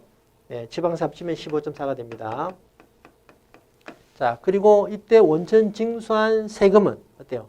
모아두었다가 다음 달 10일, 네, 아까 시험에 나왔다 그랬잖아요. 다음 달 10일, 이게 이제 원천징수가 되는 거고, 증권거래소의 경우는 어때요? 거래징수가 되는 거죠. 원천징수에 상대되는 말로 거래징수. 네, 투자자가 매도했을 때 부담하는 증권거래세를 모아두었다가 다음 달 10일까지 내야 됩니다.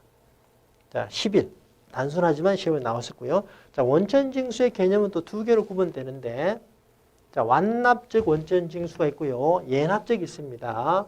요거 이제 완납은요, 그 자체로 납세 의무가 끝났다. 이게 완납이고요. 예납은 미리 낸 결과에 불과하다. 나중에 종합과세에서 낼 때 감안해주는 결과가 되는 게 예납적인데요.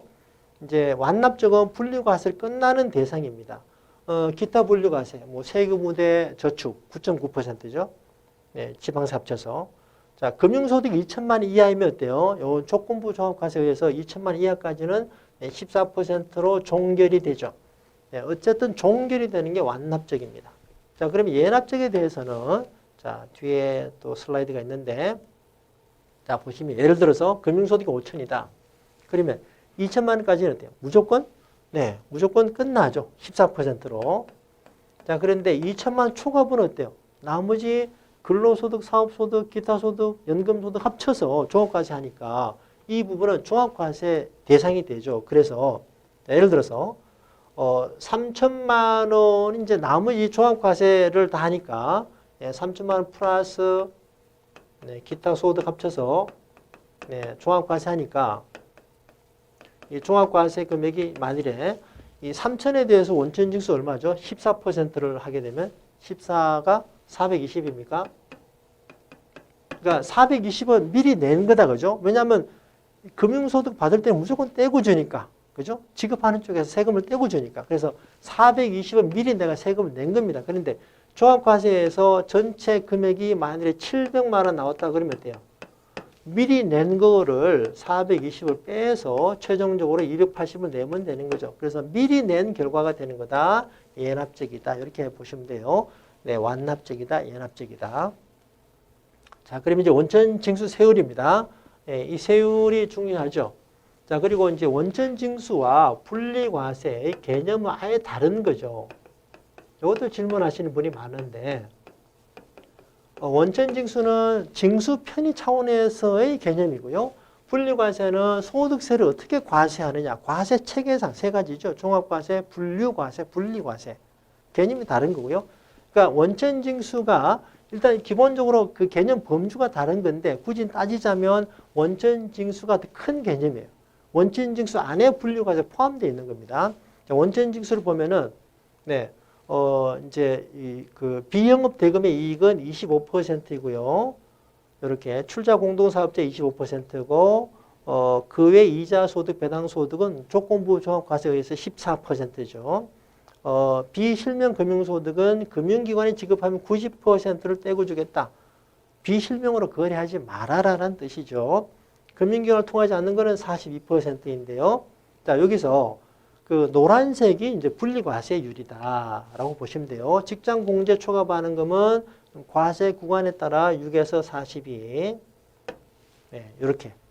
원천징수 안에 분리과세 들어있으니까요. 노란색이 분리과세율입니다. 장기 채권의 이자는 요건을 갖췄을 때 30% 분리과세가 되는데 요거는 신청. 신청 안 할 수도 있거든요. 30%가 이제 분리과세 치고는 과세율이 꽤 높잖아요. 그래서 이제 과세율이 30이 안 되는 사람은 굳이 이걸 할 필요가 없는 거죠. 이렇게 참고하시면 되겠습니다. 자, 그리고 이제 그 분리과세, 금융소득의 과세 방법에서 아까 봤잖아요. 그죠? 거주자에 대한 금융소득 종합과세의 과세 체계, 금융소득의 체계. 먼저 분류과세를 빼주고, 뭐 제일 먼저는 이제 비과세 상품도 있죠.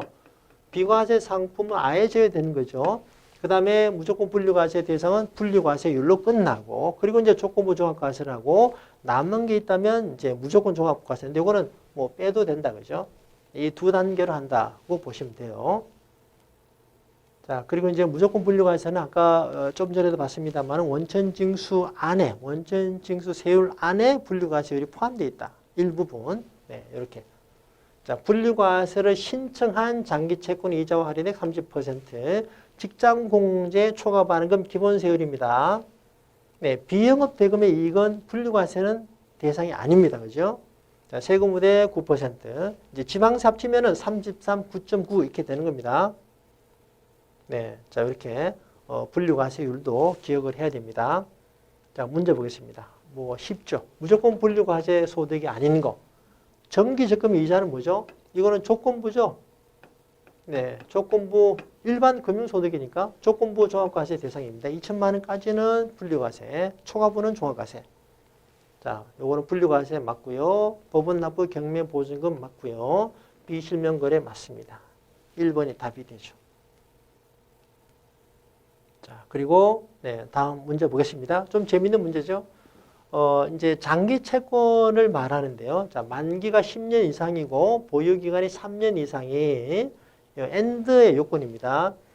이제 이 채권의 이자 소득에 대해서는 분류과세가 가능한데 신청해야 됩니다. 신청했을 경우는 30%의 세율로, 자, 지방세 제외, 세율로 과세하고 납세 의무가 종결된다. 그러나 분류과세 신청하지 않았을 경우는 어때요? 일반 금융소득이 포함이 되는 거죠. 그래서 이자 지급 시 14%를 원천 징수하고 2천만 원, 네, 그 납세 의무자의 금융소득 2천을 초과하게 되면은 이제 종합과세를 하게 되는 겁니다. 이 두 개를 합한 숫자가 뭐냐, 그죠? 44 이렇게 나온 적이 있습니다. 이제 그리고 이 장기 채권은요, 2018년 1월 1일 이후로 발행된 거는 이 혜택이 없어집니다. 그러니까 이전에 발행된 거에 한해서 이 요건을 갖추게 되면 이제 신청할 수 있다는 뜻이 되고, 신청할 수 있다 하더라도 자기의 과세 구간이 30보다 낮으면 신청할 필요가 없다라는 것도 같이 이해를 하시면 되겠습니다. 자, 그리고 비슷한 겁니다. 대금업에 해당하지 않는 금전 대여로 인해서 받는 이자, 비영업 대금의 이익이죠. 25%. 25 두 개 있죠. 비영업 대금의 이익과 배당소득으로 출자 공동사업자의 배당, 분배금. 자, 법원 경매보증금 14입니다. 분류과세. 가는 분류과세 안 되고 얘는 분류과세 되는데 어쨌든 요거는 세율만 묻는 거죠. 25와 14, 39가 되겠죠. 이렇게도 나온 적이 있으니까 이걸 맞추려면 어때요? 원천 징수 세율, 분류과세율을 다 알아야 되겠죠. 이렇게 대비를 하면 되겠습니다. 자, 참고하시고요. 자, 그리고 이제 16번 문제. 요거가 이제 대비를 하지 않고 보면 매우 어려운 문제죠. 자, 이것도 시험에 잘 나오니까 잘 대비를 해야 됩니다. 자, 홍길동의 2018년도 귀속 과세표준의 구성이 보기와 같다. 그렇다면 종합과세 대상 금액이 얼마냐? 종합과세 대상 금액을 물으니까 일단 뭐예요? 종합과세 아닌 거 분리과세가 있으면 빼줘야 되고 또 분류과세가 있으면 또 빼야 되죠. 여기에 퇴직이나 양도소득이 들어가면 빼야 됩니다. 뭐 없는데 있으면 빼줘야 돼요. 자, 그러면 얘는 없고 그 다음에 분리과세 빼줘야 되죠. 분리과세 대상이 뭔지 알아야 되겠죠. 자, 근로소득 2천만 원 비영업대금의 이익은 분리과세 아니죠. 자, 얘가 어때요? 직장공제 초과반응금 1,000만 원은 분류과세 대상입니다. 기본세율로. 네. 그리고 만기 5년이니까 장기 채권이 아닌 거죠. 분류과세 아닙니다. 자, RP 이자소득이죠. 저축성 보험 차익, 비과세 요건이 있네요. 자, 저축성 보험의 보험 차익은 비과세 요건을 갖추면은 비과세고요. 아니면은 이자소득으로 과세하죠. 얘도 빼줘야 되는 거죠. 자, 그러면 이제 나머지를 더해주면 됩니다. 나머지를 더해주되 금융소득은 어때요? 2천만 원까지는 분류과세, 2천만 원 초과는 종합과세니까 자, 종합과세는 2천만 원 초과분을 말하는 거죠. 그 종합과세 대상금액. 그래서 이제 뭐 나머지를 다 합쳐서 2천을 빼줘도 되고요. 정확히 말하면 금융소득을 분리해서 비영업대금 200. 자, 그 다음에 빼고 5년 채권이자 800. 그리고 RP 200. 그리고 정기예금 2,500. 금융소득 합산이다, 그죠? 다 합치면 얼마예요? 1,000, 1,200, 3,700이네요. 자, 3,700에서 2,000을 빼야 되죠. 2천만 원까지는 조건부호니까. 자, 그래서 1,700이 됩니다. 여기다가 어때요? 나머지 종합소득으로 제시된 게 얘 하나죠. 이제 공교롭게도 근로소득 2,000이니까 근로소득을 빼고 하는 겁니까? 라고 이제 질문을 받은 적이 있습니다. 여러 건 받았습니다. 예, 근로소득은 관련이 없죠. 여기서 이제 조건부 종합과세 기준 금액으로 금액이 같아서 혼동이 될 수 있으나 일단 그 루틴을 정확히 밟으면 먼저 금융소득 합계를 해서 여기서 네, 2,000을 빼주면 되죠. 2,700에다가 이제 이거를 초과분 1,700을 나머지 예, 뭐 여기는 근로소득만 제시되어 있는데 근로소득, 사업소득, 기타소득, 연금소득이 있으면 더해주면 되는데 요거는 얘만 있으니까 여기 넣어서 네, 해서 합하면은 네, 3,700이 되는 거죠. 네, 이 문제를 알면 금융소득 종합과세 개념을 정확히 아는 거다. 이렇게 인증할 수 있는 거죠. 아시겠죠? 네, 그래서 매우 좋은 문제입니다. 좋은 문제고 실제로 이게 시험에 나오니까요. 우리 투혼사 시험은 그 소수의 정말 그 난이도가 어렵고 높고 아주 주옥 같은 문제가 있고 다수의 평균 문제, 평균 이하 문제가 다 혼재되어 있는 거죠. 네, 그래서 합격 대비로는 이제 우리가 이렇게 진행하는 기출보건풀을 충분히 대비하시면 되는데요. 이제 시험 보다 보면은 그 아까 제가 OT에 설명드린 대로 그 늘 15에서 20 신규 풀이 나올 수 있다. 그래서 처음 보는 문제가 있을 수도 있습니다.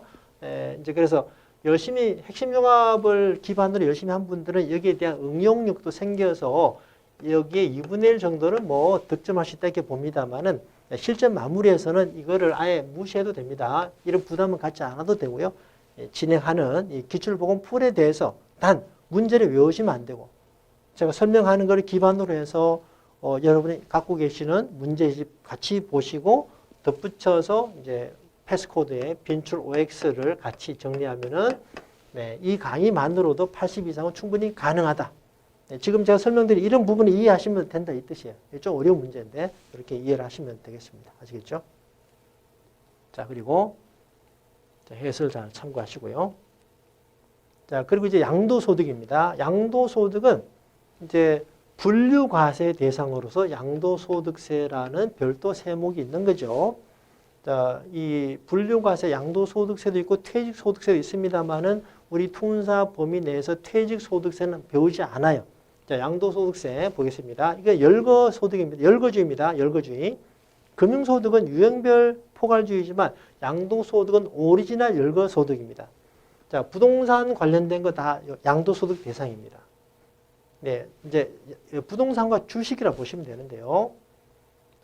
자동차 양도소득 대상입니까 아닙니까? 자동차는 양도소득세 내지 않죠. 왜 내지 않느냐? 열거되지 않았기 때문에 간단합니다. 네, 그래서 열거된 거에 대해서 이제 양도 차익이 발생하면은 양도소득세가 과세가 된다고 보시면 되고요. 채무증권이나 ELW의 양도로부터 발생한 거는 비열거 소득으로 네, 과세하지 않습니다만 이것도 이제 2023년부터는 없어진다. 다 과세가 됩니다. 아시겠죠? 네. 자, 좀 더 자세히 보면은 열거된 대상은 부동산 관련 실물뿐 아니라 권리도 다 대상이 됩니다. 네, 권리, 뭐 지상권, 지역권, 네, 저당권. 자, 주식, 네, 여기는 상장, 주식, 비상장이 있는데 상장에 대해 소액 주주는 비열거 소득이죠. 네, 비과세입니다. 그러니까 양도소득세 과세 대상이 되는 주식은 대주주의 상장 주식은 대주주고 이제 비상장은 소액주주, 대주주 구분 없이 다 과세가 되는 거죠. 네, 일부 장래 파생은 아까도 얘기했지만 코스피 200을 기초로 하는 선물, 지수 선물이죠. 지수 옵션이죠. 지수 ELW가 되겠습니다. 네, 이렇게 정리하시고요. 자, 보겠습니다. 다음 중 양도소득세가 부과되지 않는 것은 이제 그 골프 회원권도 부동산 관련 이렇게 보시면 돼요. 등기된 부동산 임차권. 자, 소액주주가 양도하는 코넥스 상장법인 소액주주니까 이거는 대상이 아니죠. 네, 4번이 답이 됩니다. 그리고 또 부연 설명 하나 앞에서 하나 빠진 게 있는데요. 여기서 말이죠. 그러니까 소액주주. 자, 여기서 그 상장 주식, 여기 소액주주가 이제 소액주주가 상장 주식을 매매해서 얻은 차익은 비열거 소득이죠. 소액주주, 대주주 구분함에 있어서 우리 기본서는 지금 현재 유가증권은 1% 15억이죠. 네, 이런 식으로 15억, 네, 뭐 코넥슨 10억 이런 식으로 돼 있는데 이거는 외우지 않으셔도 돼요. 지금 제가 빼버렸는데 이게 뭐냐면은 그 금액이 지금 제가 정확히 기억이 안 나는데 이미 이제 바뀌어 있습니다. 이건 2018년도 기준이고요. 2020년은 지금 10억일 겁니다. 10억. 그리고 그래 2019년인가요? 이게 이제 3억이 됩니다. 21년부터 3억이 되는데 이 3억 자체를 또 지금 좀 과도하다 이렇게 해서 이것도 숫자가 또 변경이 될 여지는 있는데요. 이런 것들이 다 소용이 없죠. 이제 2023년부터는 무조건 다 과세하니까 소액주주, 대주주 구분이 없으니까 아시겠죠? 일단 우리 기본서에 그 유가증권 15억이다 이렇게 돼 있는 거는 2018년도 기준인데 현재 기본서에 이렇게 나뉘어 되어 있습니다. 그리고 현재도 숫자가 다르고 앞으로도 없어질 거니까 이 부분은 뭐 공부를 안 해도 되고 최근에도 시험에 나온 바가 없습니다. 이렇게 참고하시면 됩니다. 자, 그리고 이제 그래서 그 기본서 대비로 공부를 하셔야 되고요. 이제 아까 집합투자기구에서 그 적격에서 일부 손익 과세 제외 이런 거는 이제 현재 그 제도 이슈상은 나올 확률이 없어서 기본서에 있고 시험에 최근에 나온 바가 있으면 제가 설명을 다 드립니다. 그러나 지금 대주주의 범위 이 부분은 기본서에 있습니다만은 그 내용이 틀리고 어쨌든 최근에 나온 적이 없기 때문에 제가 누락을 시키는 거다 이렇게 참고를 하시길 바라고요. 자, 요거 봐야 되죠. 17번까지 봤었고요. 자, 그러면 18번입니다. 다음 중 양도소득세 과세 대상이 아닌 거. 자, 등기된 부동산 임차권의 양도소득, 부동산 등, 그죠? 맞습니다. 자, 상장 주식인데 대주주니까 맞죠. 양도소득 내야 돼요. 비상장은 소액 대주주 구분 없습니다. 내야 됩니다. 물론 벤처는 예외가 있죠.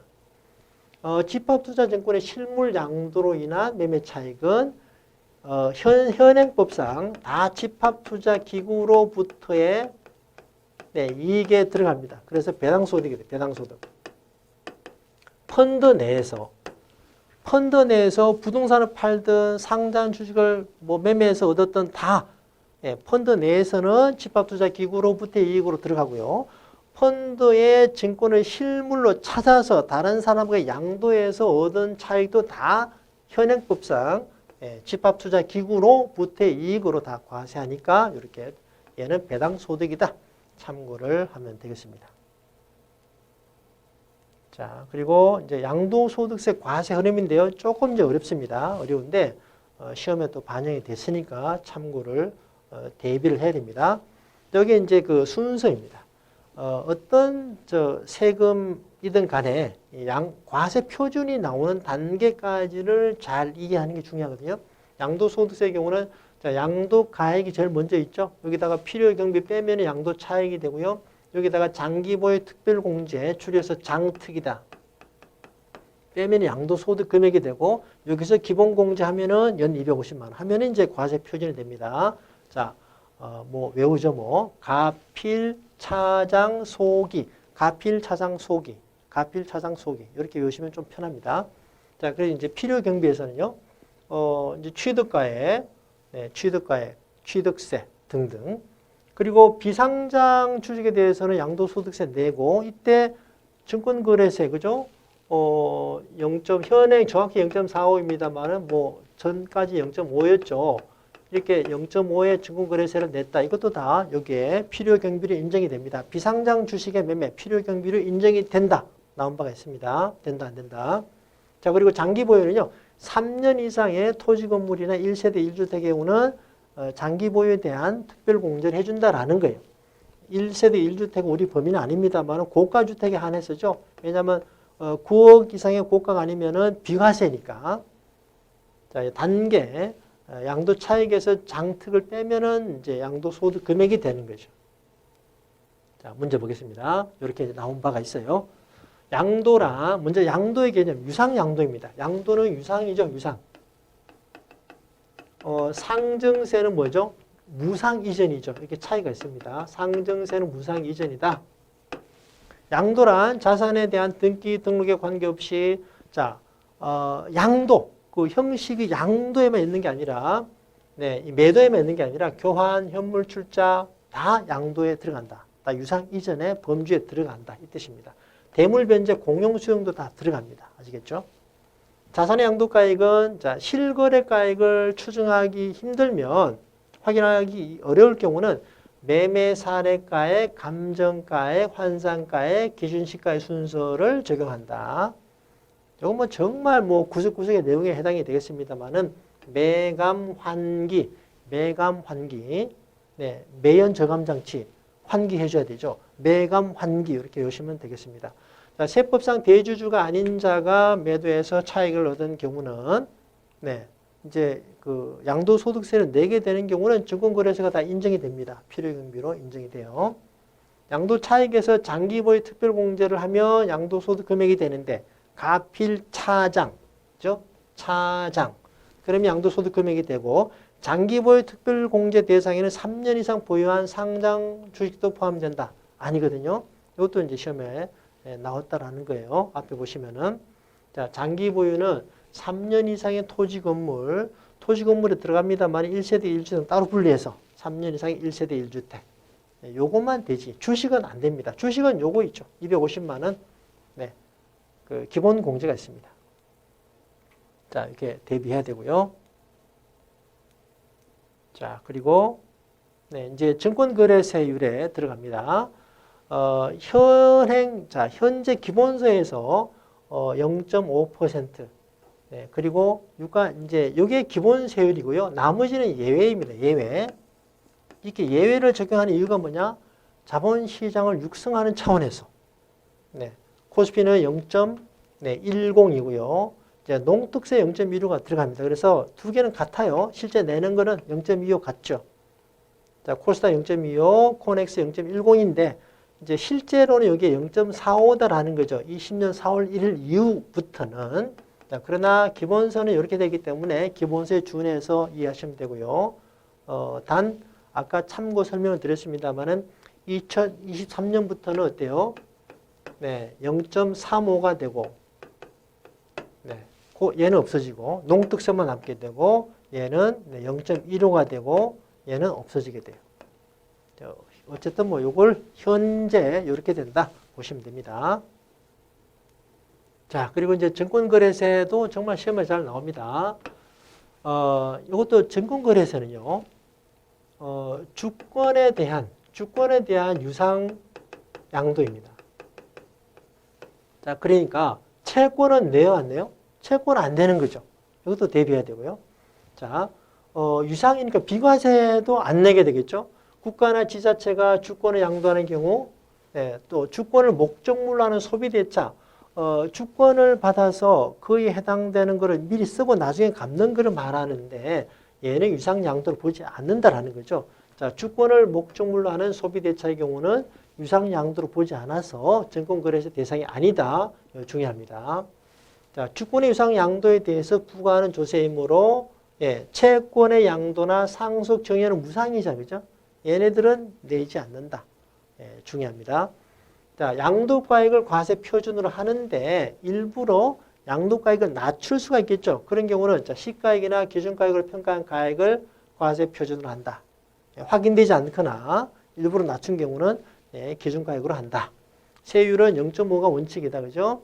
네, 그리고 자본시장 육성 차원에서 예외를 두고 있는데 자, 현행 유가증권 0.1, 코스닥 0.25, 코넥스 0.1이 됩니다.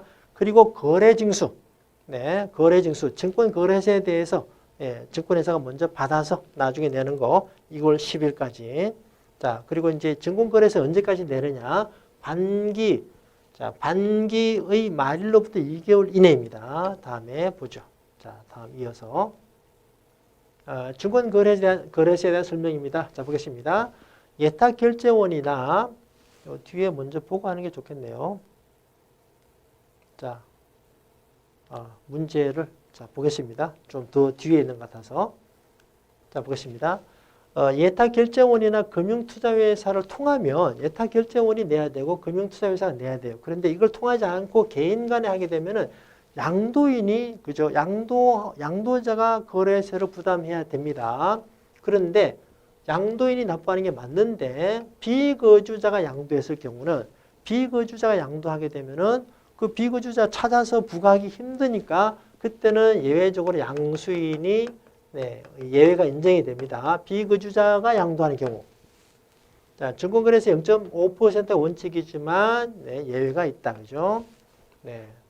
자, 코넥스가 어때요? 이 세율이 틀리죠? 네, 0.10, 0.25, 0.10.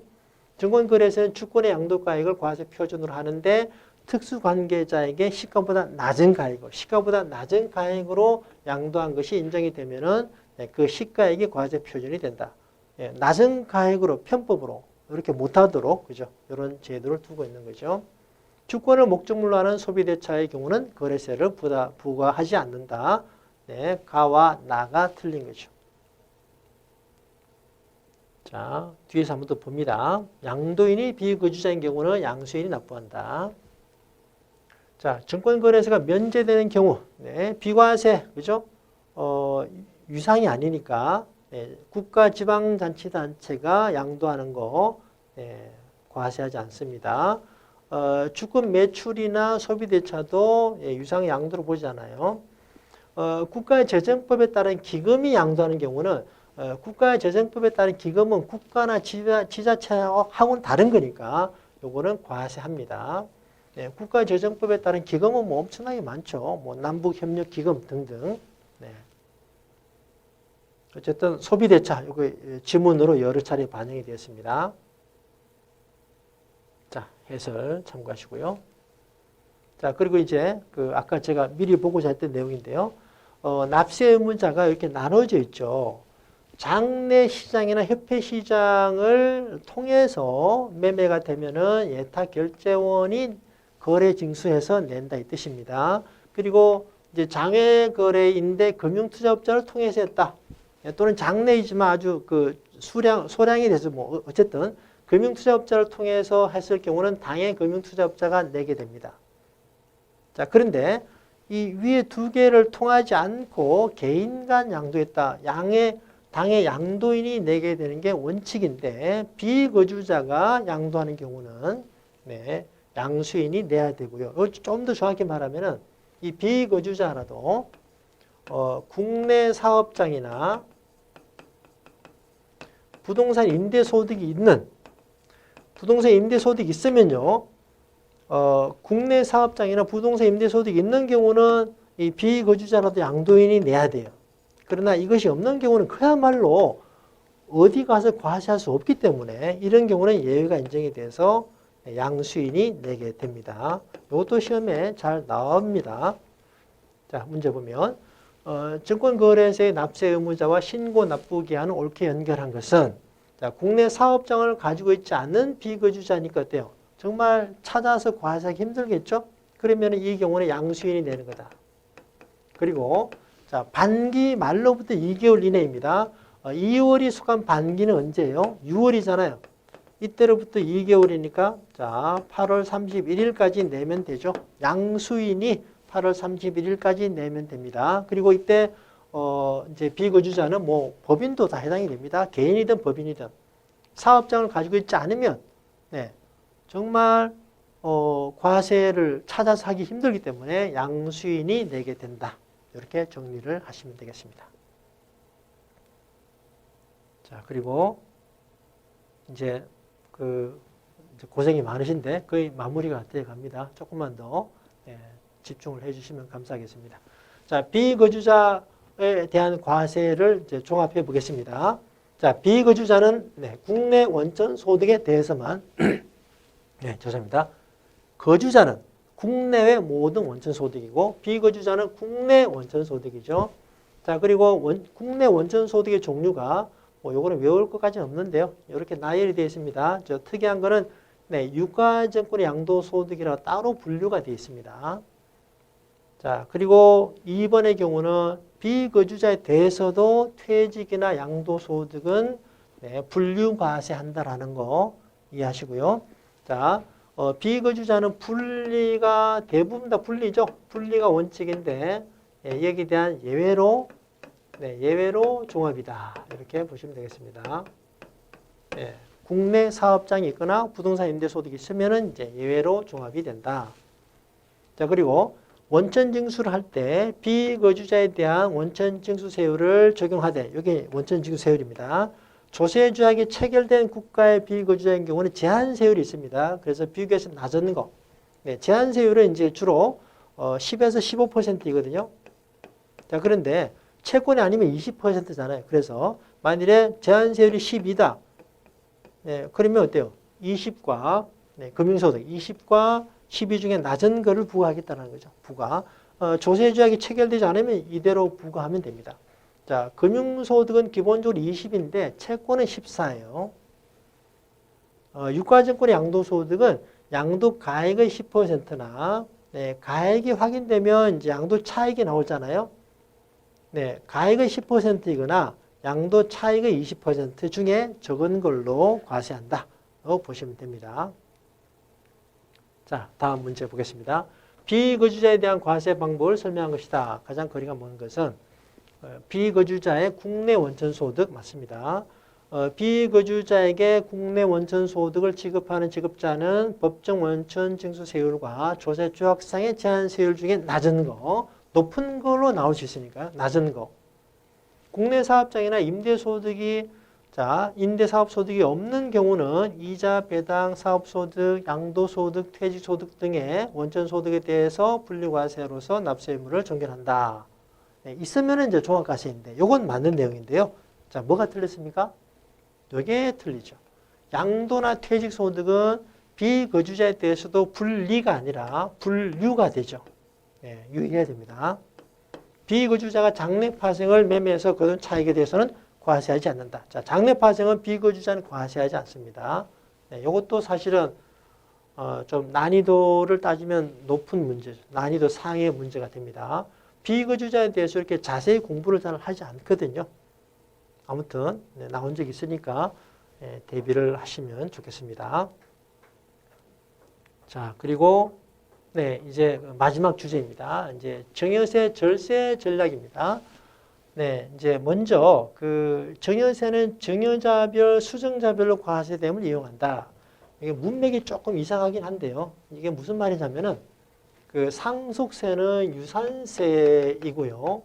우리 기본서에 나오진 않는데 증여세는 유산취득세입니다. 이게 뭐냐면은 이제 50억 있다 이러면요. 상속세가 상속인이 4명이다 그러면은 50억에 대해서 과세를 하고 세액이 나옵니다. 이거를 상속세의 경우는 4분의 1로 나누는 거죠. 그런데 이게 유산세입니다. 유산취득세, 증여세는 뭐냐면요. 이 쪼개진 부분에 대해서 각각 별도로 과세합니다. 받는 사람 입장에서 이 별도로 따로따로 하니까 어때요? 합쳐서 하면 누진세가 많이 적용되잖아요. 그래서 증여세는 상속보다 훨씬 더 낮게 나옵니다. 이거를 이용하자라는 거죠. 그래서 한꺼번에 다 주지 말고 나눠서 줘라. 예를 들어서 아버지가 4억 다 주는 것보다 아버지가 2억 원, 할아버지가 2억 원 이렇게 나눠서 하면은 유산취득세, 금액이 커지는 데 대한 누진 과세가 없기 때문에 세이브 되는 것이 효과가 크다 이 뜻입니다. 그리고 세대 생략으로 아버지가 있고 이제 아들이 있는데 아버지를 통하지 않고 바로 이렇게 주면요. 한 세대를 생략한 거죠. 세대 생략 할증 과세가 30%가 부과되는데 그럼에도 불구하고 누진 과세 효과를 줄이는 게 더 크다 이 얘기죠. 그래서 이제 정여를 할 때는 쪼개서 줘라 이 뜻이 됩니다. 그리고 어릴 때 분할해서 정여하는 게 더 유리하다. 네. 그리고 이제 요거 숫자 나왔습니다. 정여 공제는요. 성인 자녀의 경우는 10년간 5천만 원은 요거는 이제 과세되지 않는다 뜻이에요. 공제 금액. 미성년자 2천입니다. 요거는 숫자 나왔습니다. 5천만 원, 2천만 원. 레버리지로 활용한다. 요거는 그 보통주 주식을 그냥 주는 것보다 예를 들어서 뭐 전환사채권이나 신주 인수권을 주게 되면은 좀 더 싸게 주는 거죠. 네, 그걸 말하고요. 저평가 재산을 정의한다. 주가가 이렇게 왔다 갔다 할 때 여기서 하는 것보다 여기서 하는 것이 어때요? 당연히 세가 증여세 절감이 되겠죠. 자, 이 정도 보시면 되고요. 자, 증여 공제 한도는 성인 자녀 5천만 원, 미성년 자녀 2천만 원이 됩니다. 5천만 원, 2천만 원. 자, 그리고 네, 일단 세제 첫 시간에 여기서 마무리하겠는데요. 일단 세제는 이제 그 제가 조금 이게 제가 이제 부담이 되는 게 이 시간 20강인데 강당 러닝 타임이 좀 너무 길면 여러분께서 힘들어 하실까봐 좀 걱정이 되는데요.